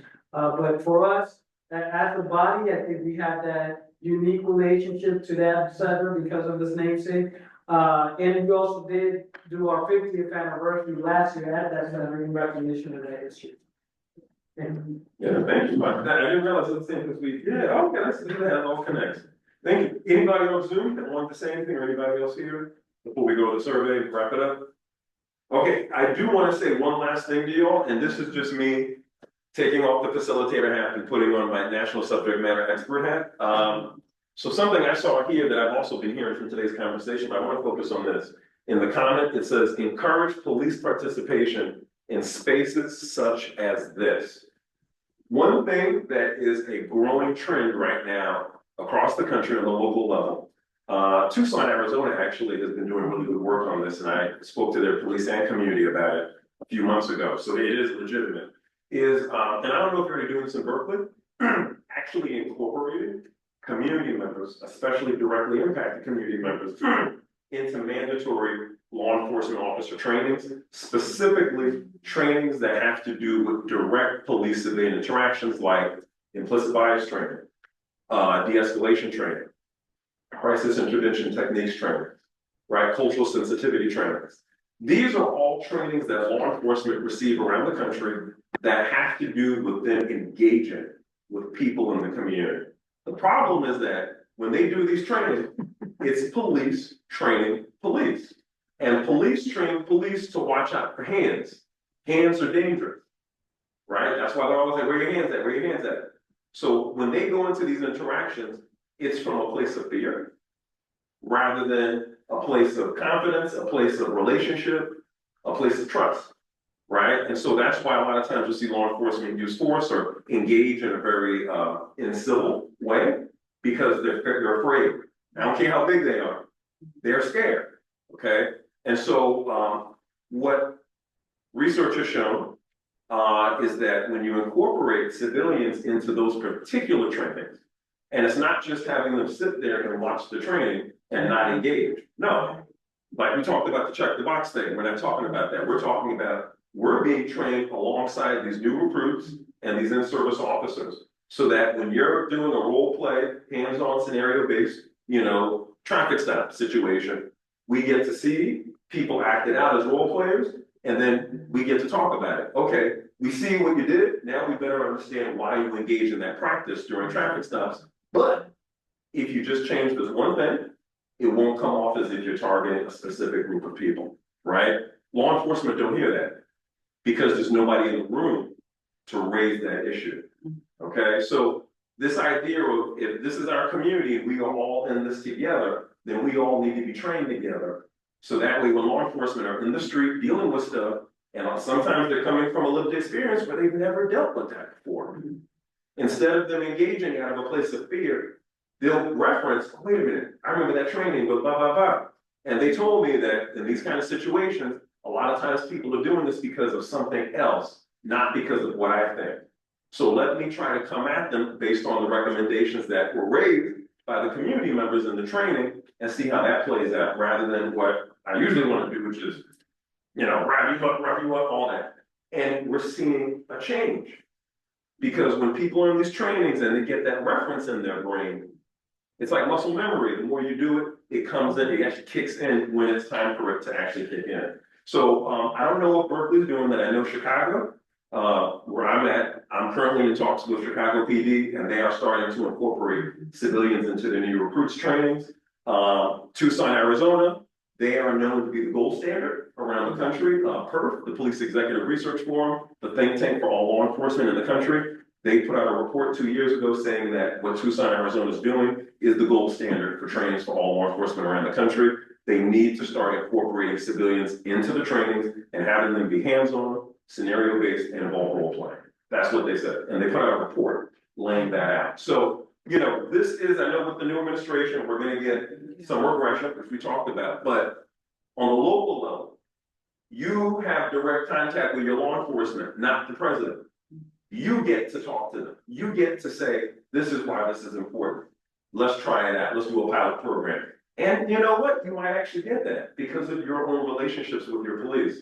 What I'm trying to say is that trying to fight Trump and all that stuff, you're better off working on your local stuff here. You'll have a bigger impact and it'll be a lot easier to do than trying to deal with that. So it's just a matter of where is it we can actually get the wins that we need for our community. So I just wanted to bring that up with you because that was also something that I heard a lot of today is like the interactions with law enforcement and the community and, what can we do to kind of maybe find some solutions on that? I saw this and I heard what we heard and I just wanted to raise that because I wasn't sure if it's already happening with civilians in trainings with law enforcement or if it's going well or not. But just want to put that out there before we go to the survey and wrap it up. So anybody want to say anything on that? You don't have to. Well, I thought, was it the Obama administration in terms of reimagining public safety, that they had the, My Brother's Keepers. And so that, from what I thought was incorporating the city managers, police chiefs, and then as well as the community. So I'm wondering, are they still continuing that? Or is that something that's, you know, we've been through 2 new administrations. Is it even still on the books? You got this, so Great one 20, to ask. yeah, the Right 21st here. century, they're talking about 21st century Yeah. task force report recommendation Yeah. that Obama put out in 2015. As a result of an executive order, yeah, and brought together all the police unions and community, yeah. So, it's still on the books. Is it being implemented? Is there money behind it to incentivize law enforcement and local governments to do what the recommendations are providing or suggested? No, there was, when Obama was president, when it came out, he made sure that there was money to back it. And we did see a groundswell of law enforcement, especially police chiefs around the country, who were actually implementing the action items in the report because they had the money to do it. So they were encouraged. Trump was elected, we saw regression. Biden and Harris got elected. They then put some of that back on the books, but I think President Biden wanted to kind of have his own thing. So he did his executive orders and didn't really hone in as much on revisiting the 21st century policing, but it's still there. Yeah. It's just not being utilized to the same extent because there's no incentivization, you know, of it. Like there's no money backing it. There's no reason. And that's like disheartening because it's like, they know what needs to be done and they're just not doing it. And they're doing a disservices, not only to African Americans, but to the American citizen, taxpayers as a whole. That's ridiculous. Yep. That is really ridiculous. Yeah. Yeah, who can we, Well, reach out to? so this is the thing, it's ridiculous, but the positive spin on it is that the research is there, right? The recommendations, the action items are there, and the best part about it is that these are action items that were put together in conversation and connection with the police unions, with law enforcement, and also with victims of police violence, and also with academics who would do this work, right? So it's like, and advocates, like you have all of the different stakeholders coming together and saying, okay, we're not all gonna get what we want. We're not all gonna agree on everything, but we're gonna find those areas where we have the commonality thing, where we can agree on this, and that's what we're gonna uplift, and that's what happened. And so, on the local level, anybody can pull the 21st century policing task force, pull out the action items and say, hey, police chief, this is what I want you to do. It's evidence-based, best practices from police unions and other police chiefs. I'd like you to do this. And I mean, it would be good to get a response from your chief on that, or your sheriff, right? Or your city government officials. But it's there, and that's something that President Obama did that was not done before, was that kind of that high level of research and bringing together all of those different parties to be able to produce something like that. And that, I think, is power that can be used by anybody. You don't need a president to incentivize it, but yeah, it takes work to actually do that, look at it, pull out stuff, and then have those meetings. But it can't happen, it can. Okay, we're gonna go into wrapping up. So what we're gonna do now is the last question is, whoops, here we go, yeah. It's a survey question, and I'm gonna leave it open right now so you can start submitting your answer now. So for this one, different than the other responses, this is not gonna be a word cloud. You can only provide 25 characters, like 5 words. This is a full sentence. So the question is, what are your thoughts on today's session? So you can actually respond in a full sentence. It does limit you to 200 characters, but you can still put a full sentence in the answer. So I'm gonna give you all, because I want to give people enough time. I'm gonna give you, what do you think, 3 to 4 minutes? Good? Yeah. 4? Okay. 4, okay, I'm gonna give you 4 minutes to respond. I mean, if people already responded by then, we could always, end it earlier, but I'm just gonna give you 4 just for those online as well, who might wanna take some time with it. And then after that, we will, I wanna show you another quick feature on here. We're gonna vote on the responses once we see what all of them are. And then after that, we're gonna have a wrap up for next steps from Hansel. And that's it. And we'll wrap you and also from the chair. He rolled up. Oh, okay, all right. Yeah, and then then that's it. Thank you so much.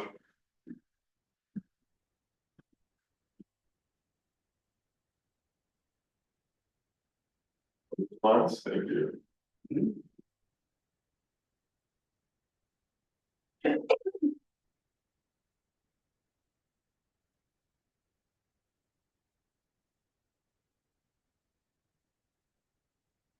3 more minutes.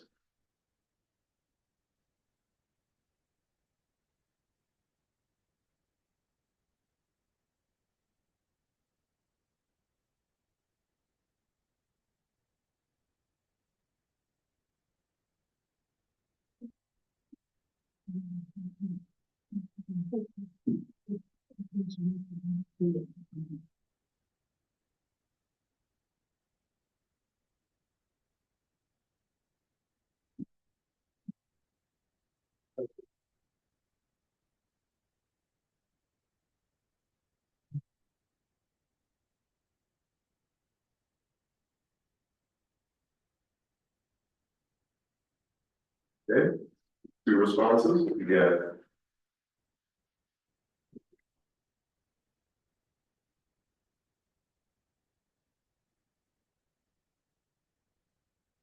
Two minutes.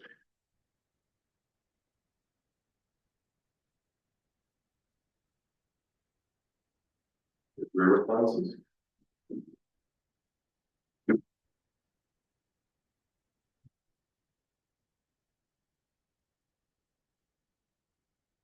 Don't forget the heart and thumbs up. So if you do like stuff, just please click on it. Thank you. Thank you.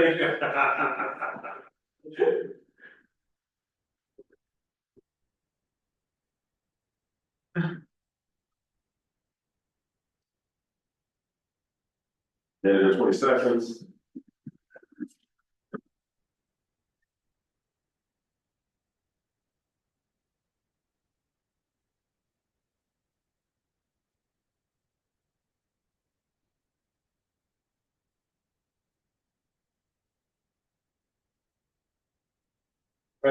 One last minute. You only got 3 responses, okay? Last minute, last minute. We will type it.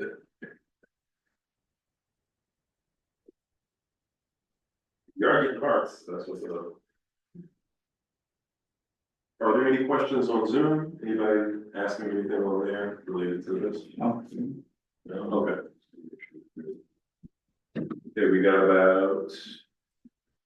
Okay, 30 seconds. Yeah, this looks like some people put some stuff in there. These are there.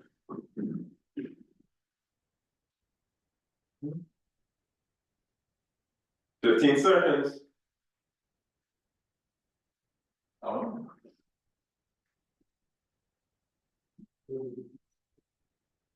Yeah, oh, great.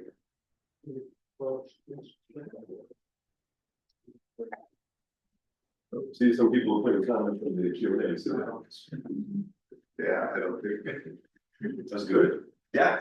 I'm glad we used that feature. Yeah. I suspected. Good call. That's 3 other. Okay, so, time's up. I just wanna highlight also so that Hansel knows that, even though some people did not submit it through the response, they did submit the answer in the Q&A. Okay. So, so something that we're gonna do real quick, and not everybody's gonna be able to participate, be able to see, but we'll be able to do it is real quick before we go into it. I want you to go back on your device. We're gonna vote on the response. Okay, so I want you to just put in your vote. We got 3 responses. Which ones do you like the most? You can click on it. If you like all of them, click on all of them. You get to vote on each one of them if you'd like, or you can just vote on one of them if you want, or just 2 of them. But we got 3.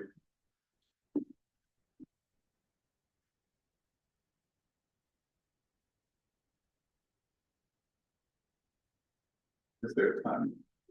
I don't see. No, we kind of.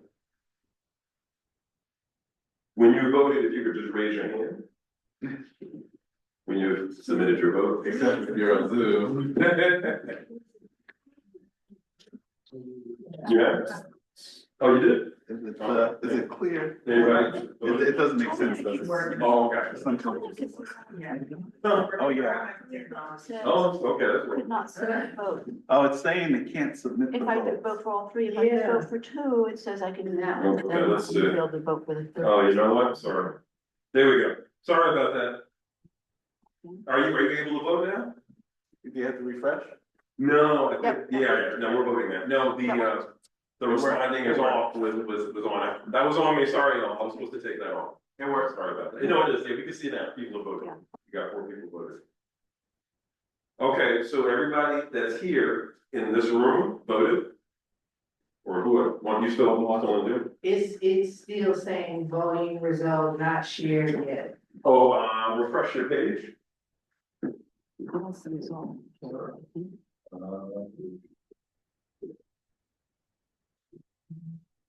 you go. Oh, That's nice. thank you. There you go. Folks. I wanna refresh the page. Okay. Thank you. And then I just wanna make sure on Zoom, is everybody good on this for submitting their vote? Or are they having issues on Zoom? So, we're not having that, no issues at that. Okay.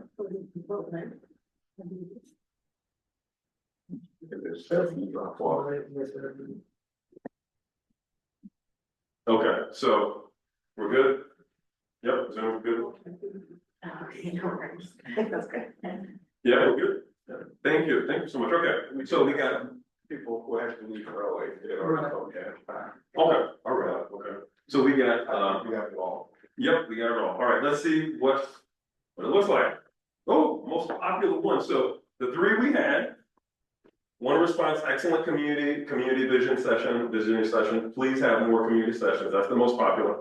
The next ones were good start, a lot to think about, and grateful and committed. Now, I also want to highlight what we have here in the Q&A section. Very informative.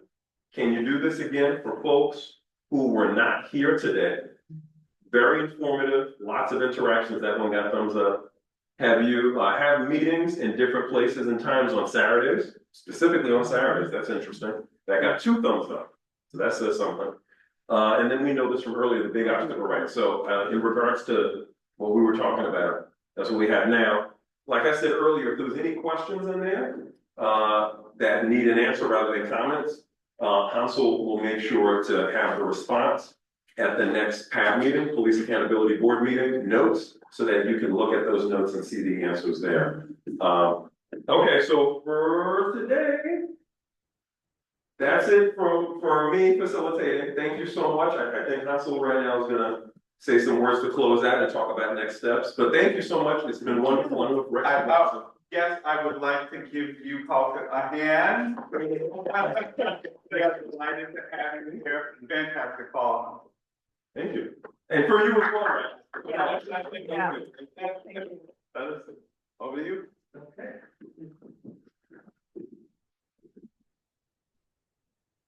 Thank you, everybody. We appreciate you coming out tonight. We know we're competing events, competing priorities. We appreciate your time. Here's some Shaky, that's my little buddy in my office. We have a therapy animal for the office. We have a lot of programs that we want to raise awareness about.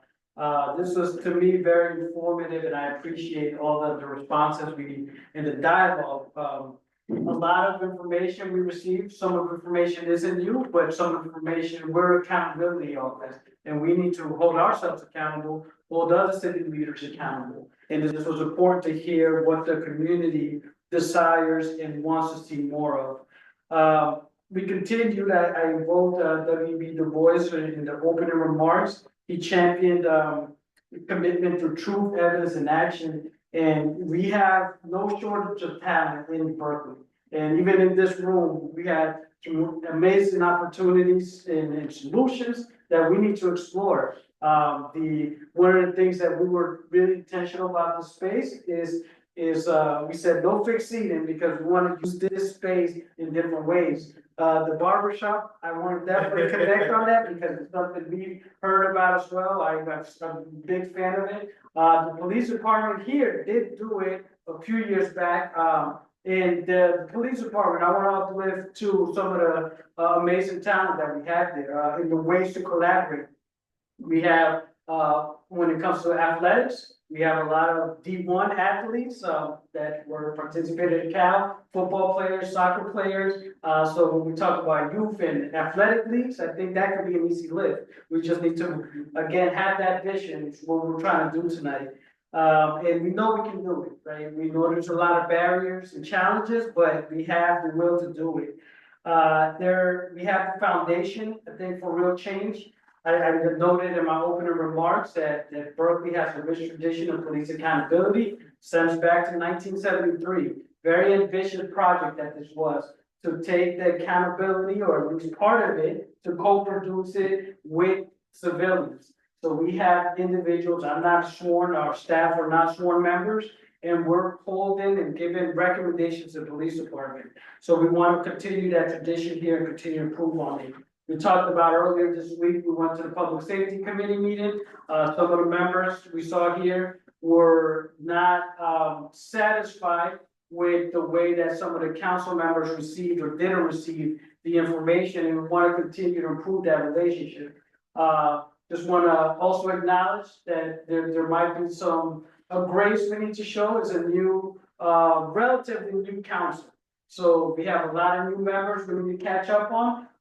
Some of them also hold them accountable for what they said in their campaigns, and making sure that they're being able to be true to what the vision for public safety here. We have a reimagined public safety coordinator that's been a great partner with us, a diversity officer here, and a national expert we brought to facilitate this conversation. What we also want to do from our office, be more proactive. Earlier this year in January, our first meeting back, I gave the board a preliminary list of events we want to accomplish on a quarterly basis. So this was one of them, this visioning session, which we kind of merged with the Black History Month event. But we also recognize that Black history should not be celebrated only on 1 month. And we're going to make sure we uplift that community and have difficult conversations. So this is just to show you some of the other events that we have planned. If we can scroll down a little bit, Women's History Month is coming up next. We do also celebrate that we have a female police chief, and we want to make sure that we support her in her vision to bring more female officers. And again, that there's evidence to suggest why this might be a good thing. When we talk about use of force, when we talk about courtesy and discourtesy, there are empirical evidence that demonstrates that women in the force behave a little bit different in these regards. And so it's a good thing to have a diverse force. More conversations about public safety. Carlton talked about different technologies, and we're also adopting technologies here. We have just the city council approved ALPRs, which are automated license plate readers, and we're deploying that technology. We have some preliminary evidence of where it's working, but we also need to make sure that we're actively monitoring that system. In what ways could it potentially harm our community members? We have a not so friendly administration when it comes to immigration and other issues, women's health, so we need to be mindful about where this data is going to potentially go. So those are the kind of conversations we need to keep having. Asian American History Month. We're going to also have an opportunity to partner more, and we're looking into it with our the police department. They have a transparency hub, in which we also try to make sure we point to that transparency hub anytime we get, because it's a way for community members to look at the policing activity. And they put there, when we talk about racial disparities, you can look at that in real time, because they're putting that information out there, and we can scrutinize that. That was part of the conversation we had with council.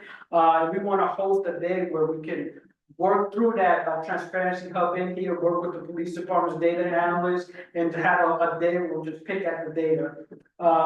The annual report is going to be very important for community involvement and engagement. We recognize we have a long way as an agency, and I also know that the PAD recognizes that their communication strategies also needs to improve. And our annual report is one way we can do that. We can let the community members know what we have done, where we've fallen short, and where we need to go. one of the things I want to highlight here wasn't discussed here specifically, but we have very important powers and authorities, and we're a charter-bound entity, which is the highest sort of authority that you can have with the city governance. And that means that, you know, when we go to council, the voters expect our recommendations to be taken seriously, and we make recommendations on discipline. The police department currently doesn't utilize what's called a disciplinary matrix, which is a common tool in different departments to look at, okay, what would be an appropriate discipline for this violation? From my perspective, I try to do my best analysis based on all the mitigating and aggravating factors. But for fairness and for transparency, I want to work with the community to co-develop a disciplinary matrix. So when I make a recommendation to the chief, we're being transparent to the community and to the officers how we're doing that. And as we wrap up the year, the fourth quarter, we have other events and months of interest that we want to work towards having events for. Hispanic Heritage Month, with the Native American Heritage Month. And then have an end of year reflection. We talked about reporting back out where we were. So with the information we collected today is not going to die here today. We're going to look back at our notes. Where do we need to adjust our plan with our strategy? Where do we, our next event doesn't have to be here. We heard already that you want the South Berkeley Center, you want the events in the weekend. So that's what we're going to be looking at, those strategic dates and being able to collaborate more with the community. And I just also want to express just again, the collaboration between our co-facilitators. It was really helpful. We were wanted to be really intentional about this as we're getting our feet wet as an agency to have this dialogue. We didn't want to do it wrong, and we want to, I think this gave us a really good foundation to where to move forward. And the chair, he's no longer tuned in, very hardworking young man. He texted me, he said expressed gratitude for the community members that showed up and for both of our co-facilitators. Very grateful. And I do also want to uplift our board because, right, they since they established this board, they've had several challenges and struggles. It's supposed to be a 9-member board. We haven't had 9 members in a few years. So they've been really strained. Many of them work full-time jobs. And this commission is actually chartered out to meet more than any other commission. They meet 18 times out of the year for regular meetings. But then they have subcommittee meetings, special meetings, and they are doing a lot of work. They're not paying that. They do get a lot of stipend for childcare and other things, but they're doing this because they have a commitment to the community. We also want to make sure we're raising awareness about the important work that they're doing. And again, just want to express my gratitude for the members that showed tonight. Thank you for your passion, your advocacy, and your dedication to justice. And I think together, and I'm confident together, we'll continue this great work. So have a great evening. Please do take some food home tonight. We appreciate you. Thank you. And also thank you to OEPA and the staff for food, putting on the event and helping out. Thank you so much.